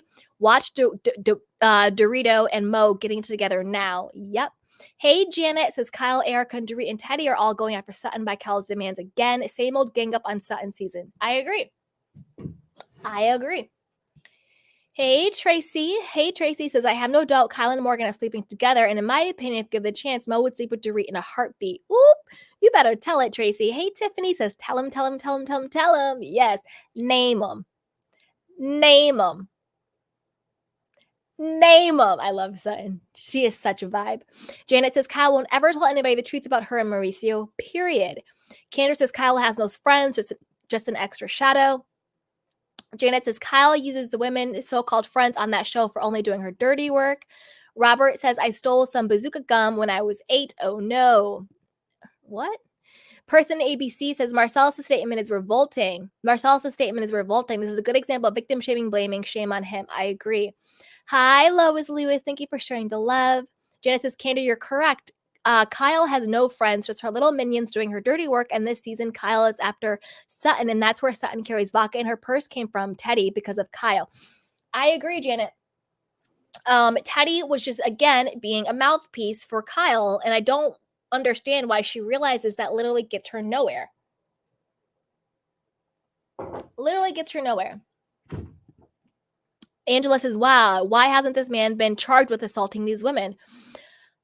It's sick and it's sad. You know, a lot of times, you know, again, these are allegations. So hypothetically speaking, a lot of times when there is a man who honestly doesn't even have to be in a position of power. However, when certain men of power, whether they are athletes, celebrities, you know, CEOs, executives, bosses, actors, musicians, whatever, are in a position of, quote, power and influence, they get away with bloody murder.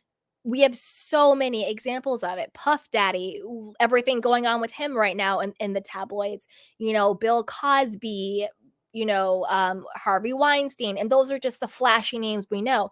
But even in everyday life, you know, teachers, professors, you know, coaches, friends, it's sickening. It's really sickening.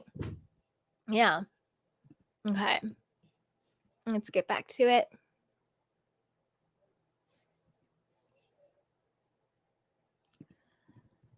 Yeah.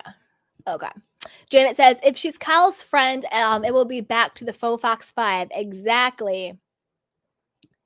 Janet says, only men I could think of. Yep. Hey, Candor, how are you? Tay Tay the Savior says Teddy is useless. I agree. Hey, Candor, you want to share real quick?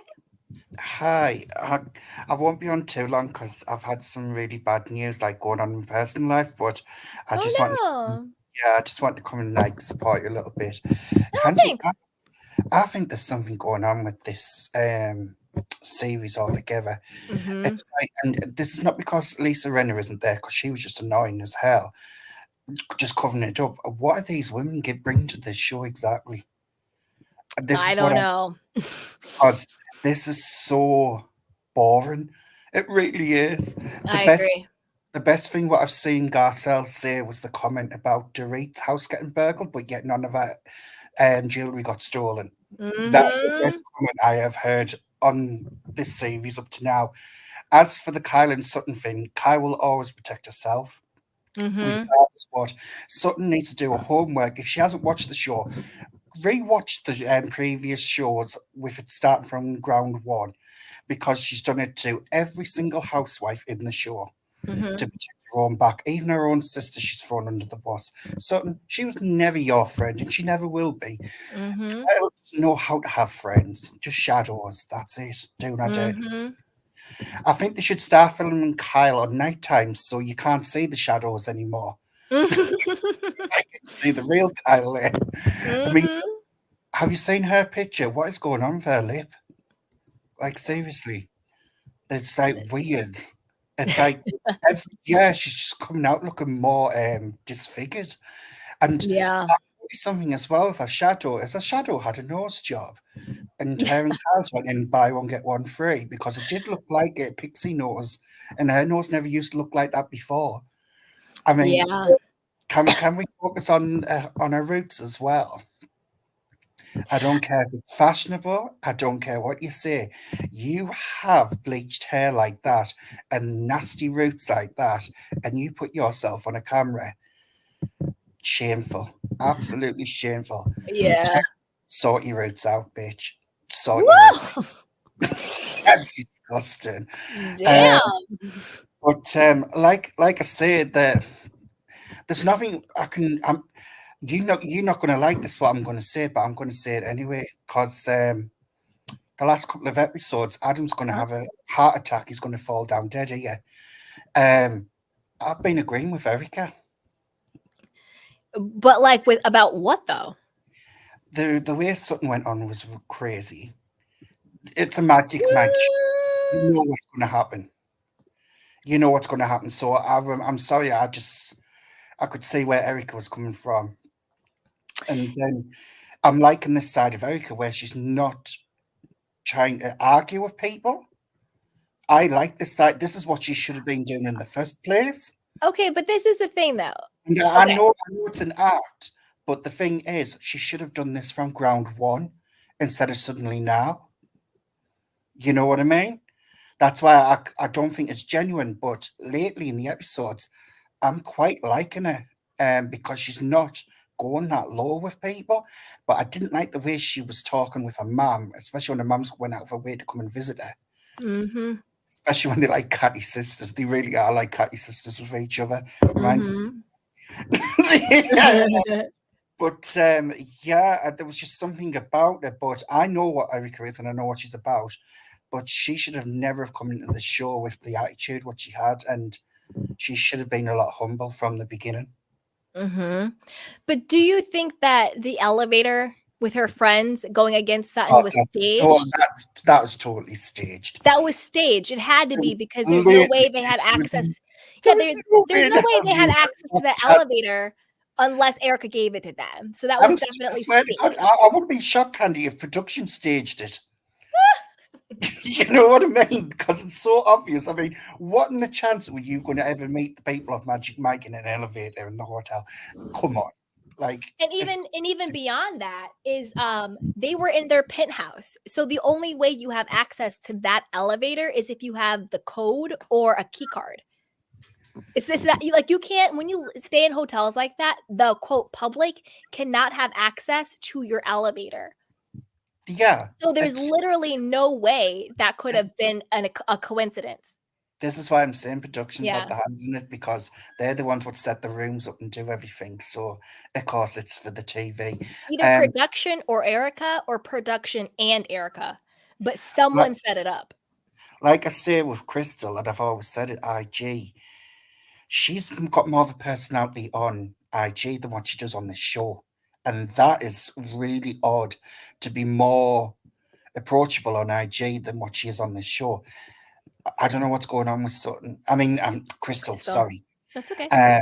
That's why I says she needs to go and have tea with Mickey Mouse to brighten up her day or something, to make it appealing or something. But as long as she doesn't go with the rat more, she's okay. But Crystal does need to kick up the ass. Using her brother as a story is not going good. It's just not. It's not washing. It's just like, actually, brother's story. We want to see your story, Crystal. I actually agree with you 100% on everything you said about Crystal. I think that I think her actual life would be so interesting to watch, but for whatever reason on the show, either she doesn't bring it or production doesn't show it. I'm wondering if it is production cutting it down on purpose, because you know who they wanting to see have fights. They wanting Erica to be fighting and Kyle to be fighting all the time. You know that. That's what they obsessed in, instead of actually. It's like you were saying before, Candy. Reality TV should be seeing the good and the bad of everyone, and it should be like a fly on the wall, so you're getting all of it, and it shouldn't be just cut and clip to who they prefer and preferences. But this is American reality TV. It's not really reality. Well, it's reality TV in general, because this is reality TV across the pond too. It's because like we had, like, you have Big Brother, we have Big Brother as well. Cameras are always on, you know. The cameras are always on. So the cameras are always on, but there's always an edit. The thing is, it's not actually called reality television. What people really call it is scripted reality. So the cameras are always on, but there's always an editor. And there's always a producer. So as long as there's an editor and a producer, there is someone who is tailoring the narrative, whether it's in your favor or not in your favor. I'm just wondering if they hiring old people off RuPaul's Drag Race producing the shows. I really am, because it's getting that ridiculous. Like the reality of it all, it's just so far-fetched. But like I say with Crystal, she has more of a personality on IG than what she does on here. And I'm not liking the fact that putting her in a box when I think she will be saying stuff and bringing stuff. I mean, look at that event what she just went and hosted for all the celebrities and stuff like that. You see it all on IG. She has more life on IG than what she does on this reality TV show. It's Yeah. crazy. And I personally, I think Bravo needs to look at the good things about what the Housewives do and not just the negative, because Agreed. times the good things are what make the Housewives worth watching. Because remember, it's light TV. It's supposed to be inspiring. Like you Mhm. want to like those women. Start showing the good as well as the bad, because that's what's lacking in Bravo. And that's, for me, it's like it's going down like a dark tunnel, and I don't like it when things get too dark. I like it light and cheery and just I easy. agree. You know what I mean? Without the extra. I will say this about Kyle: she needs to sort her friggin' life out. I agree 100% with that. I also think like I agree that it's too dark in a different type of darkness way. It's And then sadly I not and then I woman. also think that there needs to be a shelf life for certain housewives. Like I've always said that, there Candy. just comes a point where like it expires. Like I think Kyle has expired. I think she expired about 2 seasons ago. Like, The, you know what I mean? I think she expired the moment she did the dirty with LVP. With Lisa Vanderpump, yeah. Yeah, that's when I thought it's over, it's done, it's not going to Mhm. be the same. And it wasn't. When LVP left, it just, to me, it would look like it was just corroding from the scenes, because it just got more evil, nasty, manipulating, and bitchy. And Mhm. it's just not what I want to watch. Some people might find that entertaining and think it's great. Me Mhm. personally, no, it's just unnecessary drama, and it's depressing, really, watching it, Yeah. especially in like the 40s and 50s, like I behaving like that. I was just like, wow, like who does that? But yeah, like I say, I heard that Lisa Vanderpump said she would come back. Hopefully she will. Um, I hope the thing with Denise goes okay, because I do like Denise. Me too. And I think Denise deserves a second chance properly to actually show herself. Mhm. And so you've had Crystal on here for how many seasons? And you've had Dottie DeRee on for how many seasons? And they I still agree. can't show themselves. It's time for it's time to like I've always said just every 5 years, if they're not doing anything, get rid of them, put someone new in. Who yeah. is because and then they can come back after a couple of years when they get new stories, you know what I mean? Or But they it's could just do something else and we can get fresh people. Like yes, that's a problem with the entertainment industry in general. They just keep recycling the same people over and over and over again, where it's like give new people a chance. Like they don't need to come back. You well, know, like I how they're putting like Nene back on Roa. I'm just like, can we find somebody else? Is yeah, Nene the only person in Atlanta? Come on now. exactly. This is exactly what I'm thinking. The other thing is, if Bravo wanted to do Nene justice, they would have her with her own show doing something. Maybe a couple of the housewives come in, but it'd be her own show. Seems so. At least LVP's getting a platform. Candy, for God's, how many platforms she's getting, and it's Yeah. all terrible. You know what I mean? Yeah. And Nene was the OG for that show. But Yeah, but Nene like, is a hypocrite though. Like I don't like like Nene. She's a the, hypocrite. the thing is, Candy, with these women, it's all down to money, and that's what it is. Yep. They're there for that. They're there for the fame, and fame comes with money at any price, and that's what they're all about, is making money and coin. Like, don't be fooled by any of them. Most of them are just crap actresses and women who just want to make money. That's Mhm. it. And if this obsession in America for needing the spotlight all the time is just like, I couldn't think of anything worse. I really Oh, couldn't. it's over the pond too. It's not I think human beings want that fame and spotlight. Oh Come God, on now. I honestly do not want that. There's celebrities in the UK too. Come on now. I would never ever want that spotlight. Oh, God, no. I like my privacy. The Yeah. like walking down the street without being spotted and bloody jumped on or whatever. And cameras there. I'm like, no thugs. The Ah, but the thing is with the situation is I totally agree with what you're saying, and I always say every 5 years, if they're not bringing a story out, come back later if yeah. you've got a good story. And because I heard 2 year ago, about 2 3 year ago, when I used to do the blogging with these on other people's things and stuff, America has a problem. This is when Salt Lake City came out. Mhm. So America has a problem. They don't like anything new. And they always like to stay with what they know and the old crowd. And they're not accepting of anything new at all. And it was clearly shown in Salt Lake, because now this season, with the situation with Monica and everyone's glued to the scene, like to the TV set, where they weren't that hyped up before, and they weren't. And like I say, it's just people need to start giving things a chance, something fresh, something new.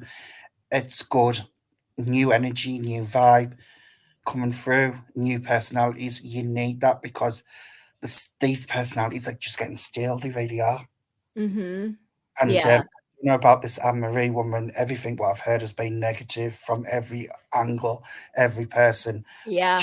She's not spoken yet, so I'll see what she's like on the show. But a lot of these housewives, even Garcelle needs to pick up the slack because I think she's lacking as well.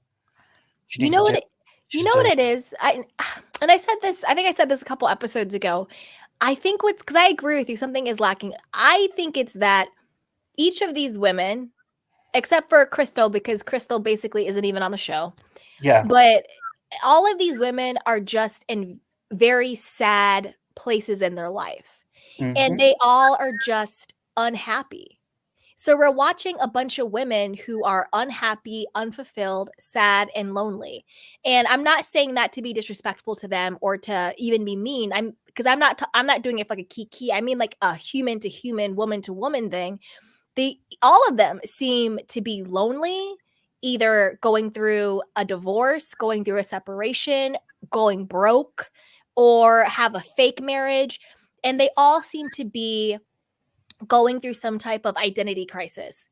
Like Like, Erica has lost her damn mind. Dorit is nothing but a sourpuss.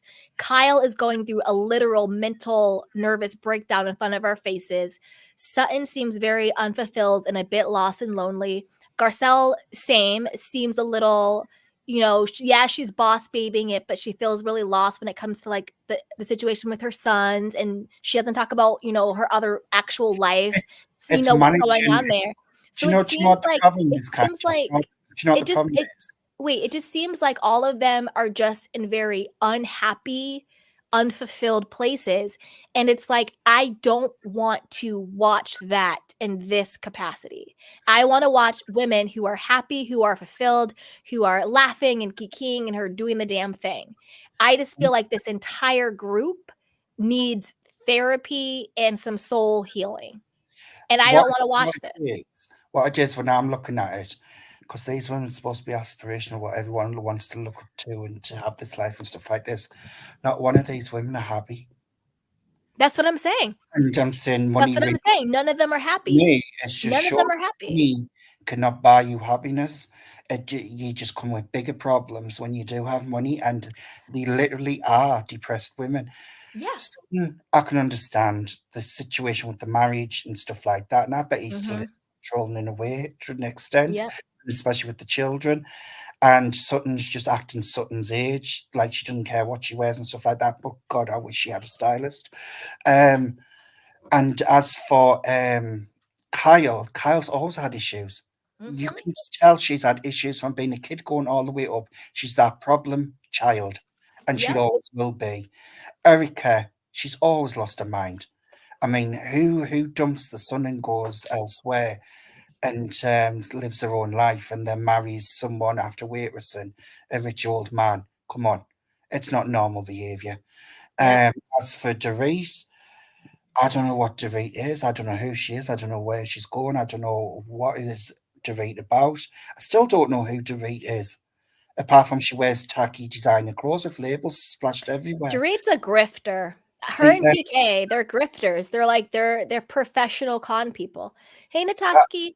I definitely think Hi.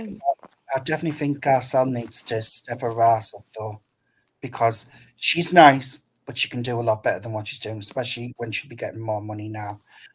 Crystal is just the poster child to fill in the gap, basically to say we all exclusive, because they're not showing anything with Crystal. They're really not. It's embarrassing. Mhm. if I was Crystal, I'd be embarrassed what they put out about her, especially if she is doing stuff and they're not showing it. Right? Yeah. They don't like her, like the production, and I don't think they like her. I mean, think about it. If Kyle is in Alex Baskin are best friends, Alex Baskin is executive producer, There you go. then You're right. you wonder why production is doing Crystal so dirty. Yeah, I'm looking, 1 I'm, + 1 = 2. You're so right. Yep. I'm looking sideways at Garcelle because she's friends with Meghan Markle. I'm just like, no. Oh my God, Candor, I actually have to agree with you on this. When Garcelle was like, "Oh my God, I hugged Meghan Markle so I can die," I was like, "What?" I was like, "What bizarro world am I living in?" Garcelle, please have several seats. Like, Yes. Meghan Right? Markle. Who the heck is Meghan Markle? Like, who Meghan cares? Markle is a hypocrite, a grifter, and Yeah, that talk about grifter. that Jeez. woman, what she did about her skin tone and what she used it against, and then all of her life she tried to pretend that she was white or Spanish on her resume, and then suddenly now she's full black and saying the royal family were racist and stuff like that, and yet they wanted to go back in with the royal family now because they're skinned, because no one in Hollywood wants them. You can't make this up. It's crazy. But like, anyway, hi Natasha. Sorry. I'm gonna like cut this short because I've just got other stuff going on. But I just wanted to like give some support, like that kind of thing. But like I say, Beverly Hills, it needs to step its ass up, or these women need to change. They need new women I'm in. bored with them, honestly. Yeah, I'm very disappointed with this season, and I'm sorry, everyone in the audience, if you think I'm a Debbie Downer. I'm sorry, but this season is just whack. It is. I'm And I didn't bored like with it. last season either with Rinna, and it's not a Rinna thing because I couldn't stand Rinna. I know. This is just shown exactly what the personalities are on the whole, and there is no personalities. That's it. I agree. Yeah. And I agree with Candy too. Like they're all at weird Debbie Downer places in their life too. So we're just watching a bunch of like sad middle-aged women, and the only one who's They're not not even middle-aged. They're over than middle aged. You're right. right. I'm middle-aged Everyone, technically. Oh my God, that's scary. everyone, good luck when you hit 40 and 50 plus, because this is what's going to happen in life. All sad Debbie Downers and depressed. Even with That money. is not true. That is not That is true. not true. No, thank you. And Listen, it's I'm really back. Beverly sad. Hills, I am babe. back home right now for the holidays with my mom, and my mom is the most coolest, fiercest person in the world, and she's definitely over middle aged. So let me tell you, life begins when you're older. And when you think about it, like more than like 3/4 of your life, or like half of your life at least, is your middle age, right? So half of your life you're just supposed to be like nothing. That's crazy. we know that's not true. Let's Yeah. get back to these ladies who are miserable. Anyways, thanks for letting us come up. I'm going to step down. Have a good night, Okay. everyone. Feel better, And- Candor. Sending you lots Yeah. of love, okay? Feel better. Feel Bye. better, now. sweetheart.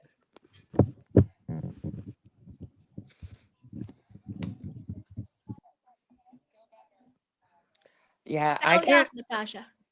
I'm gonna be really honest. Yeah. I just got excited and hit the call button, but like I haven't even watched this episode yet, and it's because I'm like honestly bored with them. I Yeah, have pretty it bad. waiting in my queue, like you know what I mean? But I didn't feel an urgency to watch it. I wasn't I excited agree. to watch it. And it's not Renna. It's not like, see, I told you when I'm gone it'd be boring. No, girl. You're No, still toxic. We still don't like you. But yeah. it's just the other women kind of. It's like the remnants of Rinna in the sense of like she was so miserable, she left the women miserable. So it's not that it's bad because Rinna isn't there. It's bad because Rinna was ever there. She caused a lot of damage. She caused a lot of damage. Yeah. Did you hear about Anne Marie's husband's allegations? Were you here for this part? No, but I did see that like on like the feeds, you know. It's really sick and very disturbing. So basically, and again, trigger warning to anybody who has suffered or knows someone who suffered from sexual assault. Quick trigger warning. So basically, the allegations is that Anne Marie's husband, Marcellus, forced himself on this woman back in 1994. They both went to Columbia University together. She was a virgin, and she made it very clear that she did not want to have sex with him. And allegedly, he forced herself on her multiple times and then threatened her. She did report it. She reported it to, the administrators at Columbia and to a friend. And unfortunately, how a lot of things happened, they basically covered it up, gaslit her, all of this, because, he was a rising football star and they wanted him to win football games and make the university money and all of that stuff. I didn't know Columbia has a football team. Did they? Columbia University? Yeah, like in New York? Yeah. Really? Yeah. That's so weird. Where's their stadium? Because I know where their college is, but that's so weird. Okay, sorry. No, it's okay. Yeah. Columbia University has a football team. Yeah. Anyway, so then she ended up at one point attempting to no longer be on the earth by her own hand. And then she joined, Take Back the Night and all of this stuff. And then as she got older and up the ranks, she was also able to sort of block him from getting accolades and awards because the university didn't want her to go public with everything that happened. But of course, now she's going public with everything that allegedly happened. And then it came out that she met other women who also claimed to have been sexually assaulted by him as well. So that's what's coming out. Wow. And then he did this like hour-long YouTube video, basically, in my opinion, because again, these are allegations. In my opinion, it seemed like he was hypothetically victim shaming. You didn't have a problem with me coming into your room. Oh, then you had a problem because, you had a boyfriend and I got with you. Oh, then you had a problem because there was no future with me. That's why you're saying this, because you wanted me and I didn't want you. And Of then course, in the God. article, it said that he first said, oh, we messed around, but we didn't have sex. But then later on, he admitted that they did have sex. So he lied and contradicted him and even contradicted himself. So all of this stuff was going on. Gross. Yeah. Really Yeah, gross. a lot of universities do that. Like they had in the past at least. I Mhm. don't know if it's still as bad, but very prestigious schools especially would hide like this sort of thing. And they would do it to protect their reputation at the cost of the victim, and the victim would have like no justice. Yeah. It's very, very sick. And this kind of like, it's so spooky because remember when I was saying how like I just energetically didn't like Anne Marie? I was just like, I've never heard her speak before, but I just don't like her. And like this story coming out just kind of like gave me more confirmation on this, like the ick factor with like her and her husband. Like I was like, something's just off. I just don't like her already. And I personally, again, innocent until proven guilty, but I always believe people. My default is belief. I have a question because I know my Yeah. own experience, and you kind of remind me of me sometimes with like your gut feelings. Because in my life, I was always the girl who was like, I don't know, something's off with this person, and everyone would be like, Mhm. "You're paranoid, you're crazy," and then it would always be like 3 months or something would happen, and then it would all be revealed, and I'd be Yep. like, "See, did that ever happen to you?"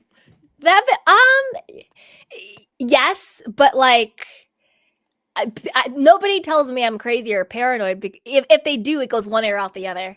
So, but like Yeah, for like me, yeah, I don't yeah, believe them yeah, because I I don't know what I believe them. know. Yeah, because But I know like, what I know. Yeah, but like yeah, it happens to me all the time where I just have like a feeling. I just get like these like gut feelings where I just like mhm. know something and I just feel it. I'm like something's off, something's weird, or like I think it happened this way, or I think this happened, and then usually it comes out where it's like that's how it happened, or that's what it was, or this person was really sketchy. But in my gut, I knew something was wrong with her. And I knew Mhm. something was off. And I get that she can't be held accountable for what her husband allegedly has done. However, I do think that if it turns out to be true, I think she knows I just think she knows who her husband is. And if Yeah. you're, and you see, you know what I mean? Kind Mhm. of deal. I just always felt there was an ick factor about her and her husband that energetically I didn't like. And I've been saying this from day one. And I said, I've never even heard this woman talk, Where'd she but meet there's him? something off. I don't know. I don't know.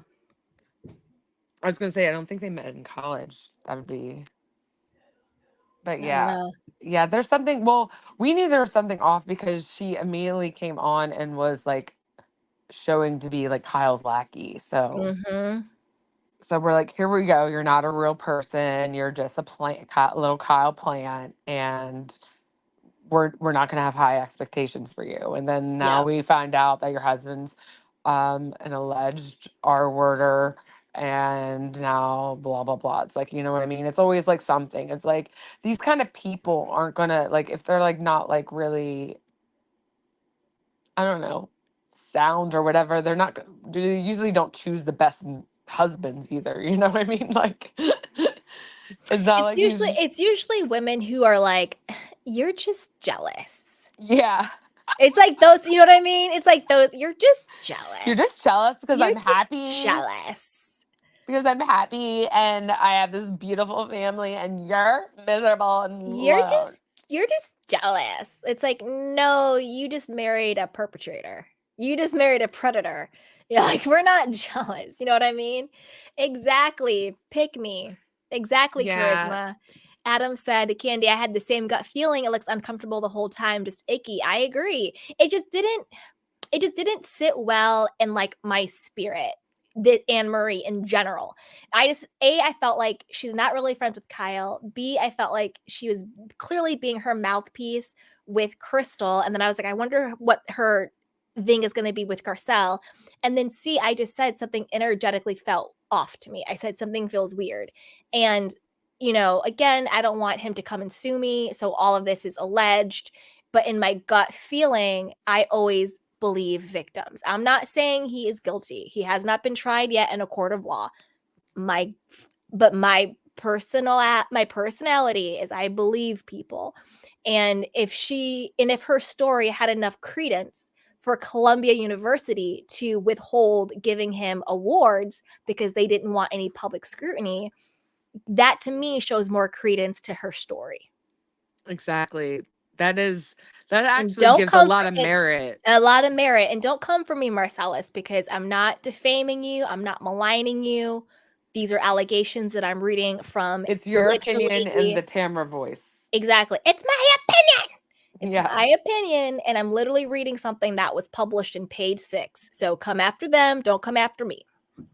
Yeah. Based on the information, all signs based on, I don't know, like patterns of other situations. Yeah. We're allowed to come to conclusions or like assumptions based on, and they be our opinions. We're not saying they're facts. Exactly. These are just our opinions based on patterns of other crimes and the details that we know of this. Thank Exactly. you. Thank you. Don't come for me because I'm not sending for you. But I think it begs the question, though. I think the biggest question is, should these allegations affect how Bravo edits the rest of the season? Like, for example, what happened in the New York City reboot, right? Which they weren't necessarily allegations with the girl, because I guess, you know, people could substantiate that she did say a racial slur against Bryn, and she got kicked off and edited completely out of the new season of New York. Yes, these are allegations, but they're huge allegations. Do you think it should affect how Bravo edits the upcoming season? Like edit her out? Like either edit her out, her husband out. Like, what do you think? Because these are big allegations. I don't know, because this isn't like, oh, you committed tax fraud. This is like you systematically sexually assaulted multiple women for years. True, because like the only other thing I could think of is like Robin and Juan situation, but that's not even as bad. And the difference between Juan and Marcellus is that Juan was allegedly complicit in the cover-up, whereas Marcellus is the actual person who is being alleged did the crime.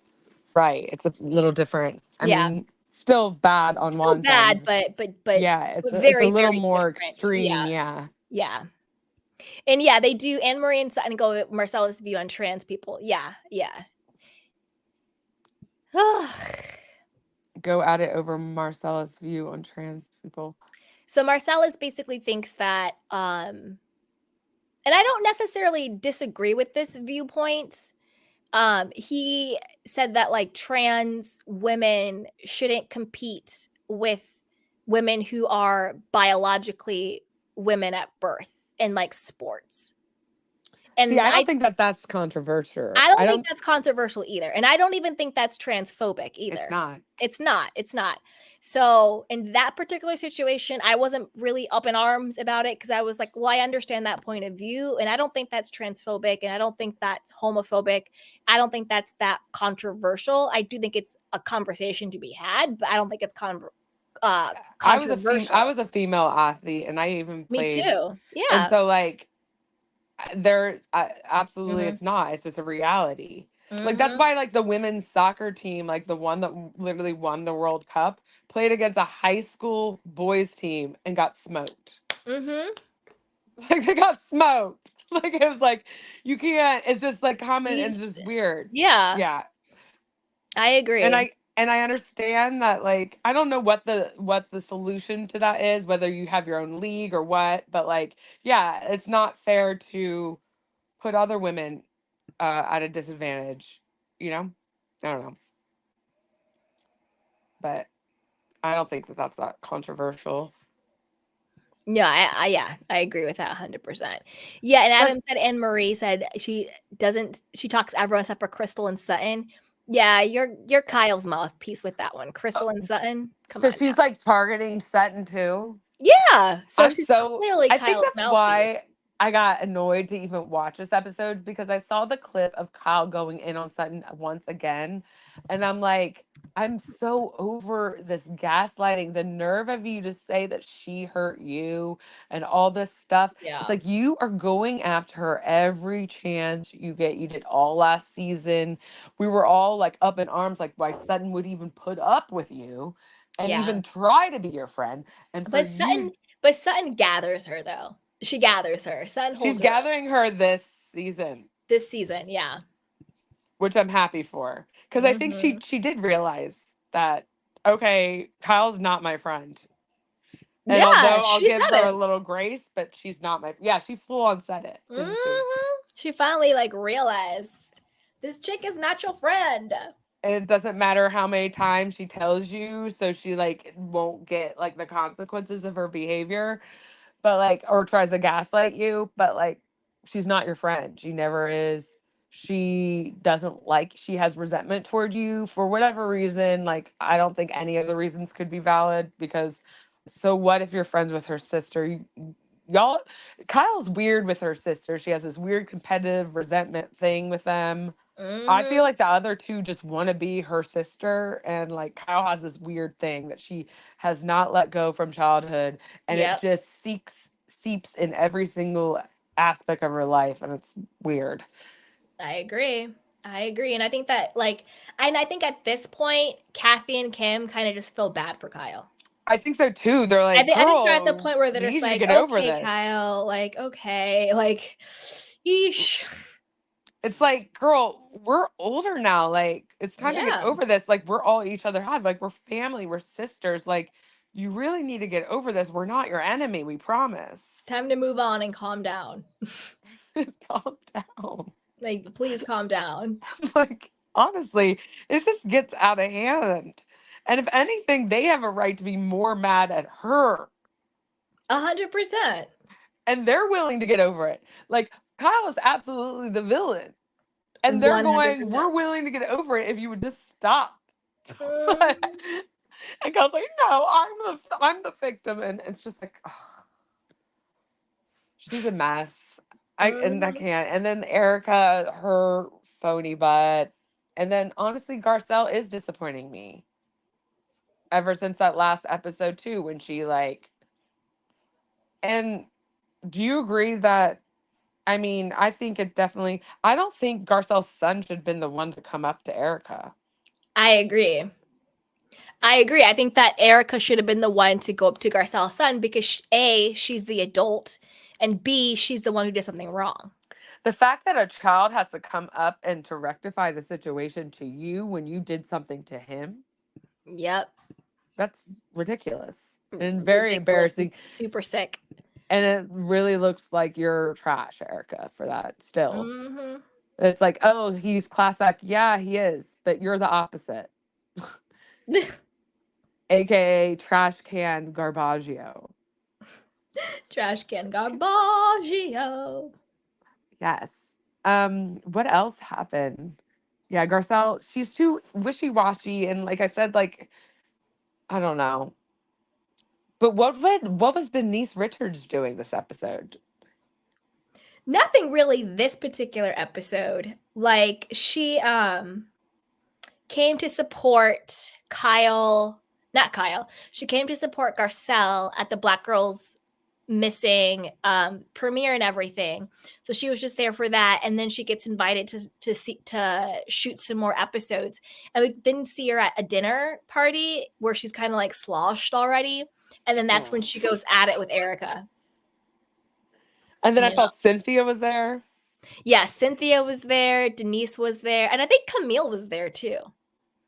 Yeah, a bunch of them. I saw them. Yeah, a bunch of them were there. Yeah, what did she go out? Was that this past episode, or is that the next episode that she goes off on Erica? The next episode. I wonder what it's about. Just I don't know. is it just like in general, or I think what? it's when Erica says, "Oh, you have like your fans only for $7," and then Denise is like, "You're an evil woman," and Erica's like, "I am." Erica just basically goes after Denise. Weird. It's like that just sounds like she's doing some bidding for Rinna. Basically. Because on this episode, Denise is actually happy to see Erica. She goes, "Hi." She gives Erica a hug and a kiss, and everything is fine. yeah, and then like maybe she got on the phone with Lisa when she was like, "You need to do this," because it's like, what beef do they have?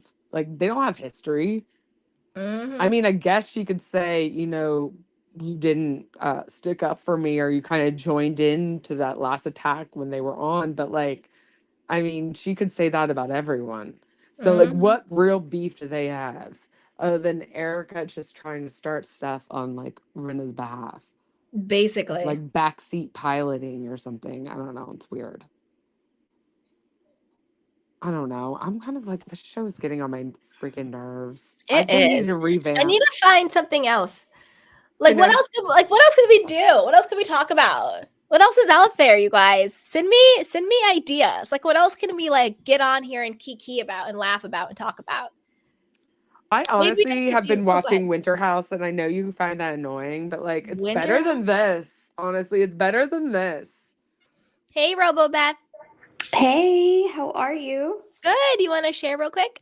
Yeah, sure. I was so this episode was kind of boring. I felt like they kind of rushed it. I wish they would have like spent more time like with Garcelle, just like the planning of this party, and just spend a lot more time with this party, because it just felt it just felt like it was really rushed. And then like towards the end, I think in the last 15 minutes of the episode, that's where the real meat happened.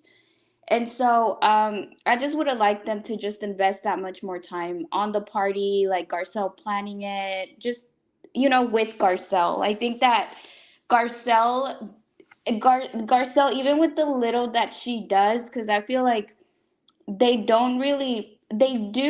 like, she is exposed on the show, but I don't think they pay a lot of attention to her as they should. And as a person that didn't like Garcelle at the beginning, when I first saw her, I've grown to love her so much just with the little exposure that she's done. And so I think that she's doing really well.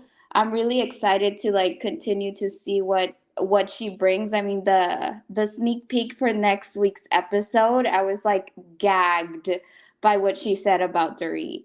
Me too. What is she? Oh, the her confessional thing. Yes. Yeah. When she said, just so people who may not know, so they were talking about how Sutton recognized that Kyle wasn't wearing her wedding ring. And so Garcelle basically was just like, yeah, I can't believe Sutton recognized, jewelry. She's like, the only thing I recognize about jewelry is that after Dorit got robbed, she still had hers. and she had already grabbed her drink and was ready to It was slurp. ready to sip. So basically, she was implying that, Dorit's robbery was alleged and was allegedly faked, and that Dorit still has all of her jewelry after she was allegedly robbed.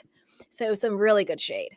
Because you know what it is? It's like, how am I going to take Dorit coming from me when she had a whole robbery faked and not Fact. say anything about that? Like, I would not be able to not say anything about that. I'd be like, hello, I automatically win every Bye-bye. argument. You faked a whole robbery. Bye-bye. Exactly. And you don't even have PTSD, girl. Sit down. And Bye. telling me to get over it while you've been grasping your pearls from fake robberies for like over a year now.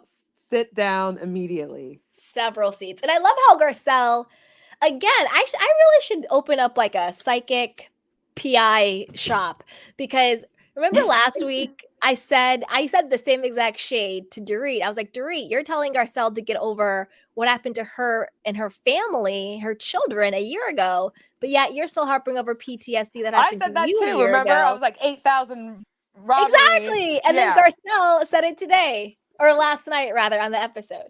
Because it's like, that's what sometimes annoys me, especially about Beverly Hills and some other thing. It's like, why is no one saying the obvious? Right.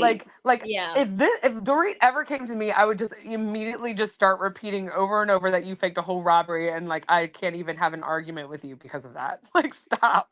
And speaking of that, like, I don't know if you guys were listening when I went over Kyle's, but like this is what I think is the biggest elephant in the room, and a big reason why this season isn't landing is because nobody is saying the actual question that needs to be answered. Did Dorit and Mauricio have an affair? Did they cheat together? Like, that is the actual question that we need answered that nobody is asking. Right. I was listening in, and I heard that. Yeah. And I was like, yeah, you're totally right about that, because, I just feel like they're tiptoeing around the fact that this rumor came out, and then all of a sudden, like, they're breaking up. You know what I mean? Yep. Like, it's not like, oh, like it happened. The rumors that Mauricio was cheating, like you said, they started since season 1. Like, it's not like it's old. Like, this is old news, but all of a sudden, like, something big had to happen in order for them to actually be talking about divorce. Because it's obvious that Kyle never really cared enough to break up with him. And, kudos to her, right? She wants to keep her family together. That's what she cares about. All right. Like, I respect that, I guess. But to a certain to a certain extent, though, like, this summer, those rumors came out and they were like rampant, growing crazy, and now they're breaking up. And I think you're right about, like, they're not really asking the right types of questions to Kyle, which is kind of annoying. And I'm kind of glad that It's like an elephant in the room. Right. Because it's just like, okay, Kyle, like, they're always talking about, like, speak on it and own it. And it's just like, why is Dorit and Kyle, why aren't they talking about it? You know what I mean? 100%. And that's the thing. This is literally, if they actually talked about it, this is literally one of the, forget Scandival, this is really one of the juiciest storylines that they could be having in reality TV. Yeah. Like, who cares about Rachel and Tom and what's her name? Ariana, like, whatever. What's her name? No, literally, because they're like, come on, they were playing house. No, that was not a real relationship. They were playing house. But when you have two families, you have Dorit and PK and their children, you have Kyle and Mauricio and their children and their businesses, and you have these two couples, these two housewives who are best friends, and their husbands are best friends. And then you have the juiciest storylines that, surprise, the best friend and the husband are having sex. That literally is like the biggest cliche desperate housewife, bored housewife storyline ever. And that would be so big and juicy. Why are they not talking about it? And it's not like there wasn't any, like, and, I would hate that to happen, because, that's someone's whole life and family and all that stuff. But, like, there were like, last season when Dorit went in and hugged and kissed Mauricio, like, all of us were talking about it. Like, it was kind of weird. Like, it was just a weird situation. Like, he came in, she's hugging him, and then like PK wasn't around. And then I don't know if you saw those pictures when they were on vacation. I think Yep. all of them were on vacation together. And then Yep. Dorit and Mo were like, it was, I don't know if you've seen those pictures. It was but a vibe. When I she didn't was, see yeah, those pictures. I saw them. She was wearing the yellow and the black Yes. sarong. Yes. Yes. Yes. And the thing is, I pick up on energy so much. And to me, when Dorit, it wasn't that she hugged him, it was that she smelled him. And the way Yeah. she smells him, the way she did it, it's like, that's how you smell someone like before or after sex. I'm sorry. It's just, maybe I'm doing TMI. Or like that's your But like- man. Like but that's like- your but like man. that's You're- your man. It's like- you're sniffing him for comfort. Yeah. Yes. It was too intimate. Intimate. It was too sexually intimate. Like the way she touched him and the way she smelled him. It was too sexual intimacy. Oh, we're just close. No, girl. No. Like the way to me, like if she wanted to embrace him, they were hugging fine. It was the smelling of him where I was just like, this isn't a way a woman smells a man who hasn't been intimate with this person. Right. And then there was, I don't know. So then whenever they get into a fight in Aspen, and Kyle's like really distraught about it, and then Mauricio comes in and he's like, hey, on behalf of PK and I, and I was just like, but your wife is literally crying because, like, I just felt like he should have just comforted her and just been like, hey, girls, just like walk away. But no, it was just weird the way that he defended that situation. Like, he was like, don't fight. Like, I don't know. It just looked kind of weird. And again, I did pick up on that energy too, Candy. Like you said, I get the energy. It was just a weird energy behind him coming in and trying to, and people were like, I don't know, on Twitter, people were just like, oh, he's coming to defend, like, stop his wife and his mistress and his girlfriend. And you know what it was? And also, I agree, because in Dorit's reaction, like the moment her boyfriend Mauricio spoke, she fell all the way in line. And she fell in line in a way that, let me know if you guys picked up on this, how, like when, not like, I'm talking about proverbial you, because we're not these girls, but like, when like a girl is like a side chick or a mistress, and she's always like, oh my God, your wife is so crazy. I'm not like her. I'm the cool girl. Like, I'm like, you can do what you want. I'm so level-headed. Your wife is always nagging you. She's such a downer. She's so crazy. The way Dorit fell all the way in line, and the way she was like, oh, Kyle, come here. Oh, blah, blah, blah. And acting like Kyle was the one who was so crazy and out of control, but she was so cool and collected. I was like, I'm sure their pillow talk, Dorit's like, Kyle's a mess. Kyle's crazy. Kyle has all this anxiety. I'm the cool one, Mauricio. I'm the cool one. I was just like, oh my God.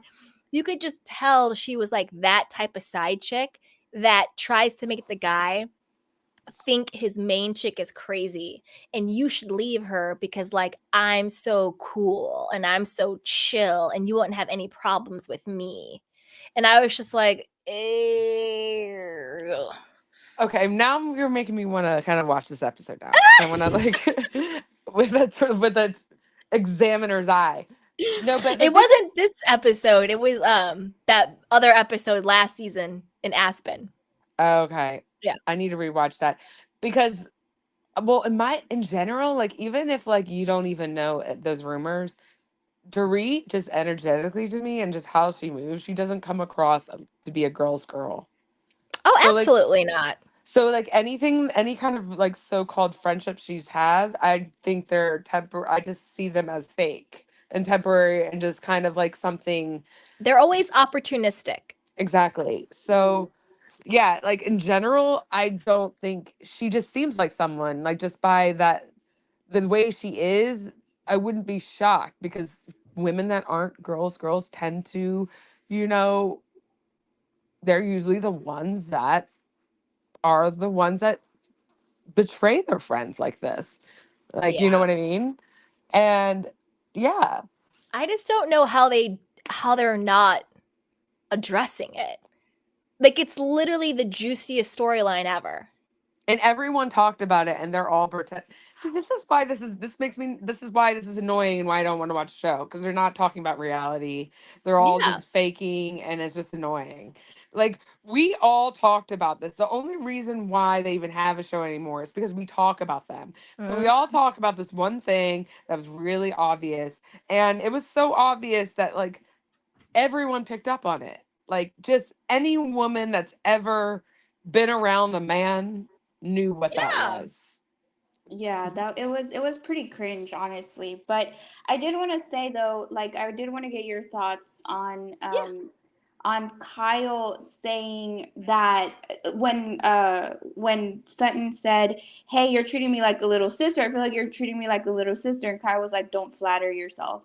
And I was just like, but in the first episode, you literally pointed out at Sutton, you pointed her out and you said, "Hey, I'm a little upset with you because you didn't defend me in that situation when she had no type of smoke for Rinna or Erica, who were not only like adding on to her sister, like bullying her sister, but they were also leaking it to the press, making it even worse than it should have been." And it's just like, but you're okay with them, but Sutton is getting all your wrath. And like now you're saying don't flatter yourself when Sutton's like, okay, but you're mad at me because of this. Like, I mean, which one is it, Kyle? I think in that moment with the don't flatter yourself, I actually think that Kyle was age shaming Sutton or look shaming because Sutton is 2 years younger than Kyle. So when Sutton was like, "You're treating me like a little sister," it's because Sutton's actually by a lot, like literally younger than her. But I think Kyle was basically being like, "I look better than you. Don't flatter yourself saying that you're my little sister." That's what Kyle was talking about. She was like, "Don't flatter yourself." She was saying like, "You don't look better than me." That's what she was saying to Sutton. See, I got it. Like, we're not that close, so don't even get it twisted. But Yeah, that makes I sense too. I thought it was because if somebody says like you're treating me like a little sister, to me, I thought that they were talking more about looks and age. And that's why Kyle said, "Don't flatter yourself." Like, don't flatter yourself thinking that you look younger or better than me. Ew, I thought that's she meant gross it. if that's Yeah. true. I thought she meant it in a way like Yeah. I'm better than you. Like, Yeah. I'm up here, you're I down here. don't look at That's you what as a that's what sister. that Don't that's what she worry. meant. No, but what she meant was like, don't flatter yourself as if you could be my, like, you look like my little sister. Like, I look better than you. I'm hotter than you. I look younger than you. Like, that's what Ew, I flatter. hate that. When people say like don't flatter yourself, it's about looks. Like, like your man wants me. Don't flatter yourself. No, he doesn't. You know what I mean? It's more like that vibe. I mean, like, yeah, I can see that. I mean, that's how I took it. Because if somebody says to me, "Candy, don't flatter yourself," to me, I think, well, you're saying like, don't think that you're all that. Don't think that you're this. Don't think that you look like this or that. Like, don't flatter yourself, sweetheart. You know, that's what I think when people say don't flatter yourself. Yeah. I just feel like Kyle is just one of those, like, she's super elitist, and so like she thinks my sister's Kathy Hilton, my other sister's Kim Richards. Like, don't flatter yourself, as in you can be part of this family. Yes, that's how I took it. Yeah. But I could also see your way too. Yeah, The only reason why that I don't is because Sutton and Kathy are closer than than Kyle is to her own sisters. And Sutton has more money than all of them. So from an elitist standpoint, Sutton makes $3.6 million simply for existing. That's her alimony. Yeah, so for Kyle, I think when she said, you treat me like a little sister, and she said, don't flatter yourself, was basically like, don't think that you look better than me. Yeah, no, I agree. But, like, they're into fame. Like, Kyle's into fame. They're all into fame because of the mom. I think, because, and so, like, that's why I thought, that. But regardless, she didn't look good at all saying that. Like, who do you think you are, 100%. Kyle, regardless? Like, and she was just explaining her feelings. Either way, I hate it. Right. And truthfully, she does treat her like that. She talks down on her. She's like always grabbing her. It's gotten to the point where it's just like, I'm glad that Sutton finally said something like, stop it. Like, we are not friends. And I'm glad that she finally realized that. Me too, because it's getting hard to watch. To be Yeah. fair, it's Yeah. like how much longer you're going to allow this woman to like basically be abusive Yeah. and take it, and it's like, come on, Sutton, like this woman doesn't care about you. I don't think Kyle really cares about a lot of people, Mm. if I'm honest. But yeah, I don't know. I did want to say about Erica Jane. I'm with you, Candy. That like I just don't buy it. Like Yeah. I skip every single scene she's on because I know exactly what they're doing. The whole like I don't know how to be sympathetic. Okay, that's a whole lie because she was sympathetic with what's her face Yolanda whenever they were talking about her being Munchausen or whatever. Like she was sympathetic then. She was sympathetic like she's sympathetic when she told freaking Sutton to apologize to her friends in the elevator. She was sympathetic about that. So, like, please, like, no, like, her not being sympathetic is just like, and like, people that are getting fooled by it are just like, I'm just beyond because it's Who just like, is? I like never. everybody, like, if you see other people, like, other commentators, they're like, okay, I do see her making an effort. I do see her doing this. I do see her doing that. And like I the must first not watch them Is because she I like paying them? haven't seen. I haven't. Yeah, I try not to pay attention to like people that come across like or have like really inaccurate takes because it just pisses me off. Right. And so I think your first caller, Candy, he said, I like the fact that she's not fighting. And I think that really that's the only thing that I'm okay with. The fact that she's just being quiet and just like Yeah. letting it go. Cause it's just like, it's like enough. Like, I just don't understand how she can be. I don't understand how people can forgive her when she's all about herself and she's fake. I've always thought she was fake. I continue to think she's fake. I think she just has a persona. I don't think we've ever known the real Erica Jane, and I think the only time we did get to know her was last season, and that person was pretty crappy too. Yeah. Yeah, she's one of those people that at the end of the day, she has that like very toxic kind of like survivalist kind of attitude that she won't let go of. And I don't know whether that came from child or whatever. Like I feel like Ashley from Potomac kind of has it too. It's like this desperation, like at the end of the day, like you're never safe with them. Because if you get in the way of them and what they see they think they need or whatever, you're toast. You know what I mean? Mm-hmm. And so like, yeah, people like that, I just think that's the way she is. And I would never feel safe getting close to her. I wouldn't want her to know any information about me or anything. You know what I mean? Yeah, Yeah. I agree. Me too. Yeah, but I'm excited. Is Cynthia going to say anything next episode? Cynthia ever say anything? True. She just looks a little scared from all the Uh-huh. fighting. Yeah. I don't know. Cynthia's a mess. Who knows? I mean, Cynthia's just kind of there. True. Wasn't Teddy Mellencamp supposed to be at that dinner too? And they're like, they've erased her completely.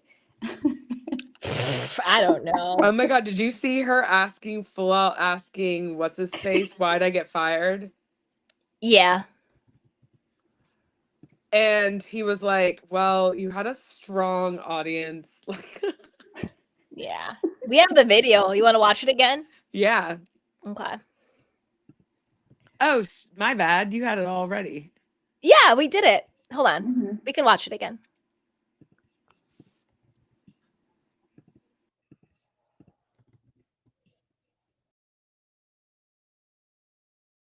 Why'd I get fired? Oh, Ooh, God, that's tough. In yours, I think there was strong audience reaction to you. Yeah. So I do think that was part of it. I'm not going to Mhm. deny that. And I also think that you were self-conscious. Yeah. she's very in her head. The production always had your back, was a big fan of yours because you would say things that other people were thinking and wouldn't say. I think it felt like then on that show, you weren't comfortable in your own skin. I Yeah. think that was the issue.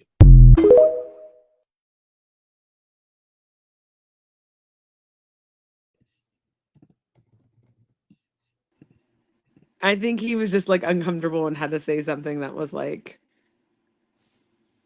Yeah. I don't know, but it's weird. Like she is like, it's her dynamic with Bravo is so weird because it's like, I feel like they do like her, but the audience is very obviously unanimously doesn't like her to the point where they can't even deny it. There's not even like a big enough like fandom for her to even argue otherwise. Well, I think this is the thing. It's like the audience doesn't like her, but she doesn't bring enough to the show to justify keeping her on. Because there's a lot of people that people like don't like, but they bring them back because they're still doing a service. Whereas Teddy doesn't really do a service other than being like Kyle and Lisa Rinna's mouthpiece, but they have Erica Jane and they have Dorit for that. So it's like she doesn't do enough of a service to justify keeping her because the fans don't like her. It's like you either have to like be really liked by the fans or you have to actually provide a service on the show. And when you're just basically like a, duplicate service and you're not liked, then what's the point? And I don't really think that's accurate. She said stuff that other people didn't want to say. Like, I don't think that's accurate either. And it's just a bunch. To me, it just proves again how much production just. I don't know. I just think they don't know what they're doing. I think it's like the Emperor has no clothes. Like that's why all of these, like that's why the Housewives, in my opinion, is struggling so hard, is because production doesn't really know what they're doing. They don't know how to cast anymore. They don't know what the audience actually likes or what we're responding to. And it's so contrived and so obviously scripted now that it's not even enjoyable to watch. They just don't have a pulse on what the actual audience wants. They're just listening to everybody who goes to BravoCon. So they're basically just drinking their own Kool-Aid. And that's why on the bigger scale, it's not working anymore. And they think we're dumb. Yeah, they think we're dumb and they think that they can still control the narrative where in 2023, almost 2024, you can't. Social media completely changed the game. Like they are no longer the gatekeepers of information. They aren't. And they can't let that go. They're like in denial about it. And they can't let it go. Instead of embracing it, they are just regurgitating the same thing over and over and over again. And it's like no, we already decided that's not true. Yeah. We already know. And like you're showing stuff that we already talked about or things that have already been debunked or storyline, you know what I mean? It just doesn't make any sense. And I think production just I think they haven't caught up to the way the world is now. And they're still trying to gatekeep, but they lost the keys. That's such a good metaphor. Yeah. I think that you're right, 100%, both of you. I do think that they think that all we want is like very vicious cattiness, like fights. And I remember, because I didn't watch Real Housewives of Atlanta live, but I binge watched it during the pandemic. And I remember loving it so much because those women, like, they were friends too. Like, I remember when Candy was pregnant. I remember when Portia and Kenya were pregnant. Like, when they were pregnant, like, they rallied around them. They cared for them. And it was just like the fights that took place, like, for example, the iconic, like, Candy and Phaedra fight, like, that took 3 years to happen. Like, it wasn't like it was like, oh, okay, one season and like we're gonna have all these cat fights, we're gonna have all these. No, like it happened organically over a course of 3 years, where the point where like Candy, things came to a head. Right, like Candy knew there was something up, right, but she didn't think that Phaedra was going like that hardcore on her. And that's why it was so iconic. And it's just like in the earlier seasons, that's what they used to do. And then now, like, it's just like, okay, we're going to have a season. And in this season, we're going to throw all these fights. You guys are going to have, like, I don't understand it. Like, I don't understand why Garcelle is going to lunch with Erica. I don't understand. Right? Like, I don't understand why that's happening. Like, if you really aren't friends with someone, just, like, don't be friends with them. And it's okay. We're going to understand, right? Collaborate with them. Be cordial with them. But, like, don't fake it either. And it's just like, I think those 4 situations, like, it's okay like to just let the women live on camera and like natural, like for example the Kyle and the Sutton situation that's happening right now. It happened sort of organically as well, because I'm watching from season 10 because I kind of want to see how their relationship has been like, and I can see how their relationship has only been because Kyle needed an ally because she was fighting with this person or that person or that person. That's all the relationship has been. And so to see it now as they are now, it's very interesting because it has taken a couple years, right? But I think that they're forcing us to like just watch all these fights and this toxicity, and I think that's really why the show has gone down so much too as well. Yeah, and like that's Yeah. the present. That's like how Kyle has relationships. Like that's the only time she has a relationship, if she's using them or she needs them in some way or another. Like she's benefiting it from somehow. And if not, then she's annoyed with you. Oh, you want to be friends with my sister? Even worse, hate you. Now she's going for her harder. It's weird. It is weird. I mean, and Kyle always said, like, oh, Sutton and I are friends. We have such a good friendship off camera, but they don't really show it, which is true. Sutton has been friends with all of the Richard Richards. sisters, sister, and Kathy Hilton as well for years, because Sutton has been a part of like that world. But it's been more of like, because don't forget, Sutton's husband is very, very, very, very wealthy, very rich, and they're all in that world. He's more in that Hilton world, that Rothschild world that Kathy lives in. And that's another big reason why Kathy and Sutton are such good friends, because they are from that world. So they have been friends together. And I think that Kyle got her feelings hurt when Sutton clearly stayed better friends with Kathy during last season when everything went crazy and haywire. And that's why but the reason why Sutton said, you treat me like a little sister, is because Kyle would yell at Sutton, berate her. Remember last season at Garcelle's birthday party, she kept pushing her and holding her with her hands and like treating her that way, because Kyle does that. The people who are closest to Kyle, look at how she talks to Mauricio now. She talks to him like he's basically garbage in the street. Look at how she talked to Kathy, and look at how she did talk to her sister Kim. The way she like totally would just, be mean to her, throw her under the bus, called her an alcoholic on camera in front of the world. So that's what Sutton was referring to. She's like, you treat me like a little sister. And then that's why she was like, don't flatter yourself. Like, chick, I look better than you look. You're not you're not like a little sister to me. You know what I'm saying? But Sutton does belong in that world way more, and they probably have been friends. But like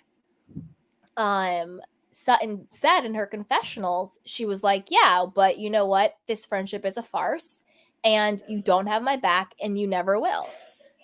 Because Kyle was a friend of convenience. Yep, she's a fair weather friend.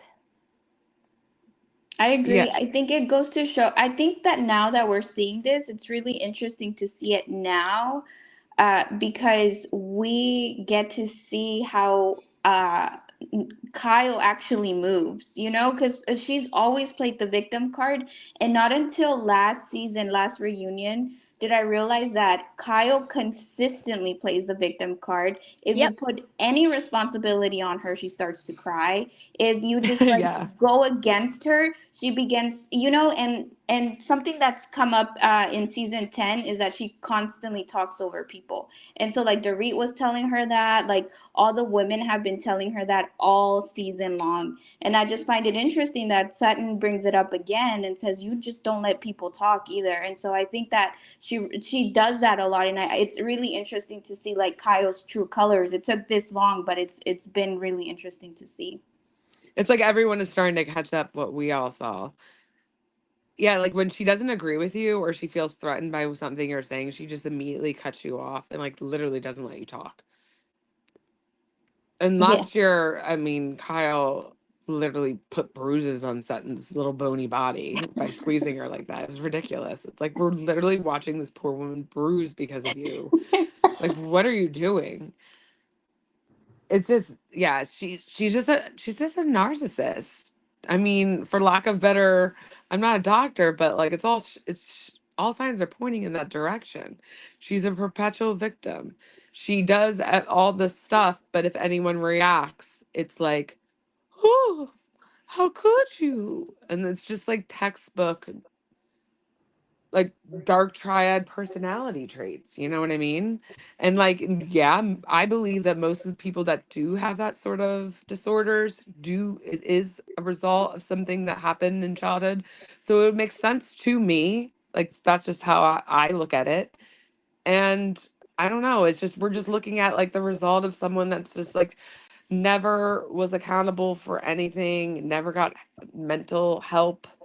And now we're just seeing like it all manifest into this monster. Yes. Crazy, crazy. But thank you guys. I'm so hungry, so I'm gonna go get some food, some Thanksgiving leftovers. I know, I want my leftovers too.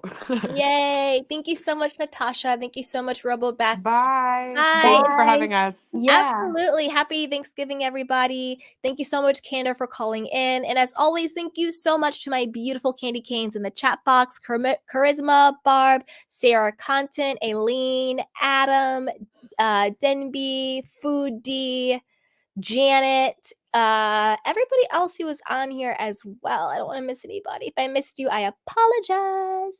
The person ABC, Eileen, Robert, Sierra, thank you, everybody. Love you guys so much. Have a great and safe holiday. And as always, be sure to like, subscribe, and share. And I will see you guys next time. Bye.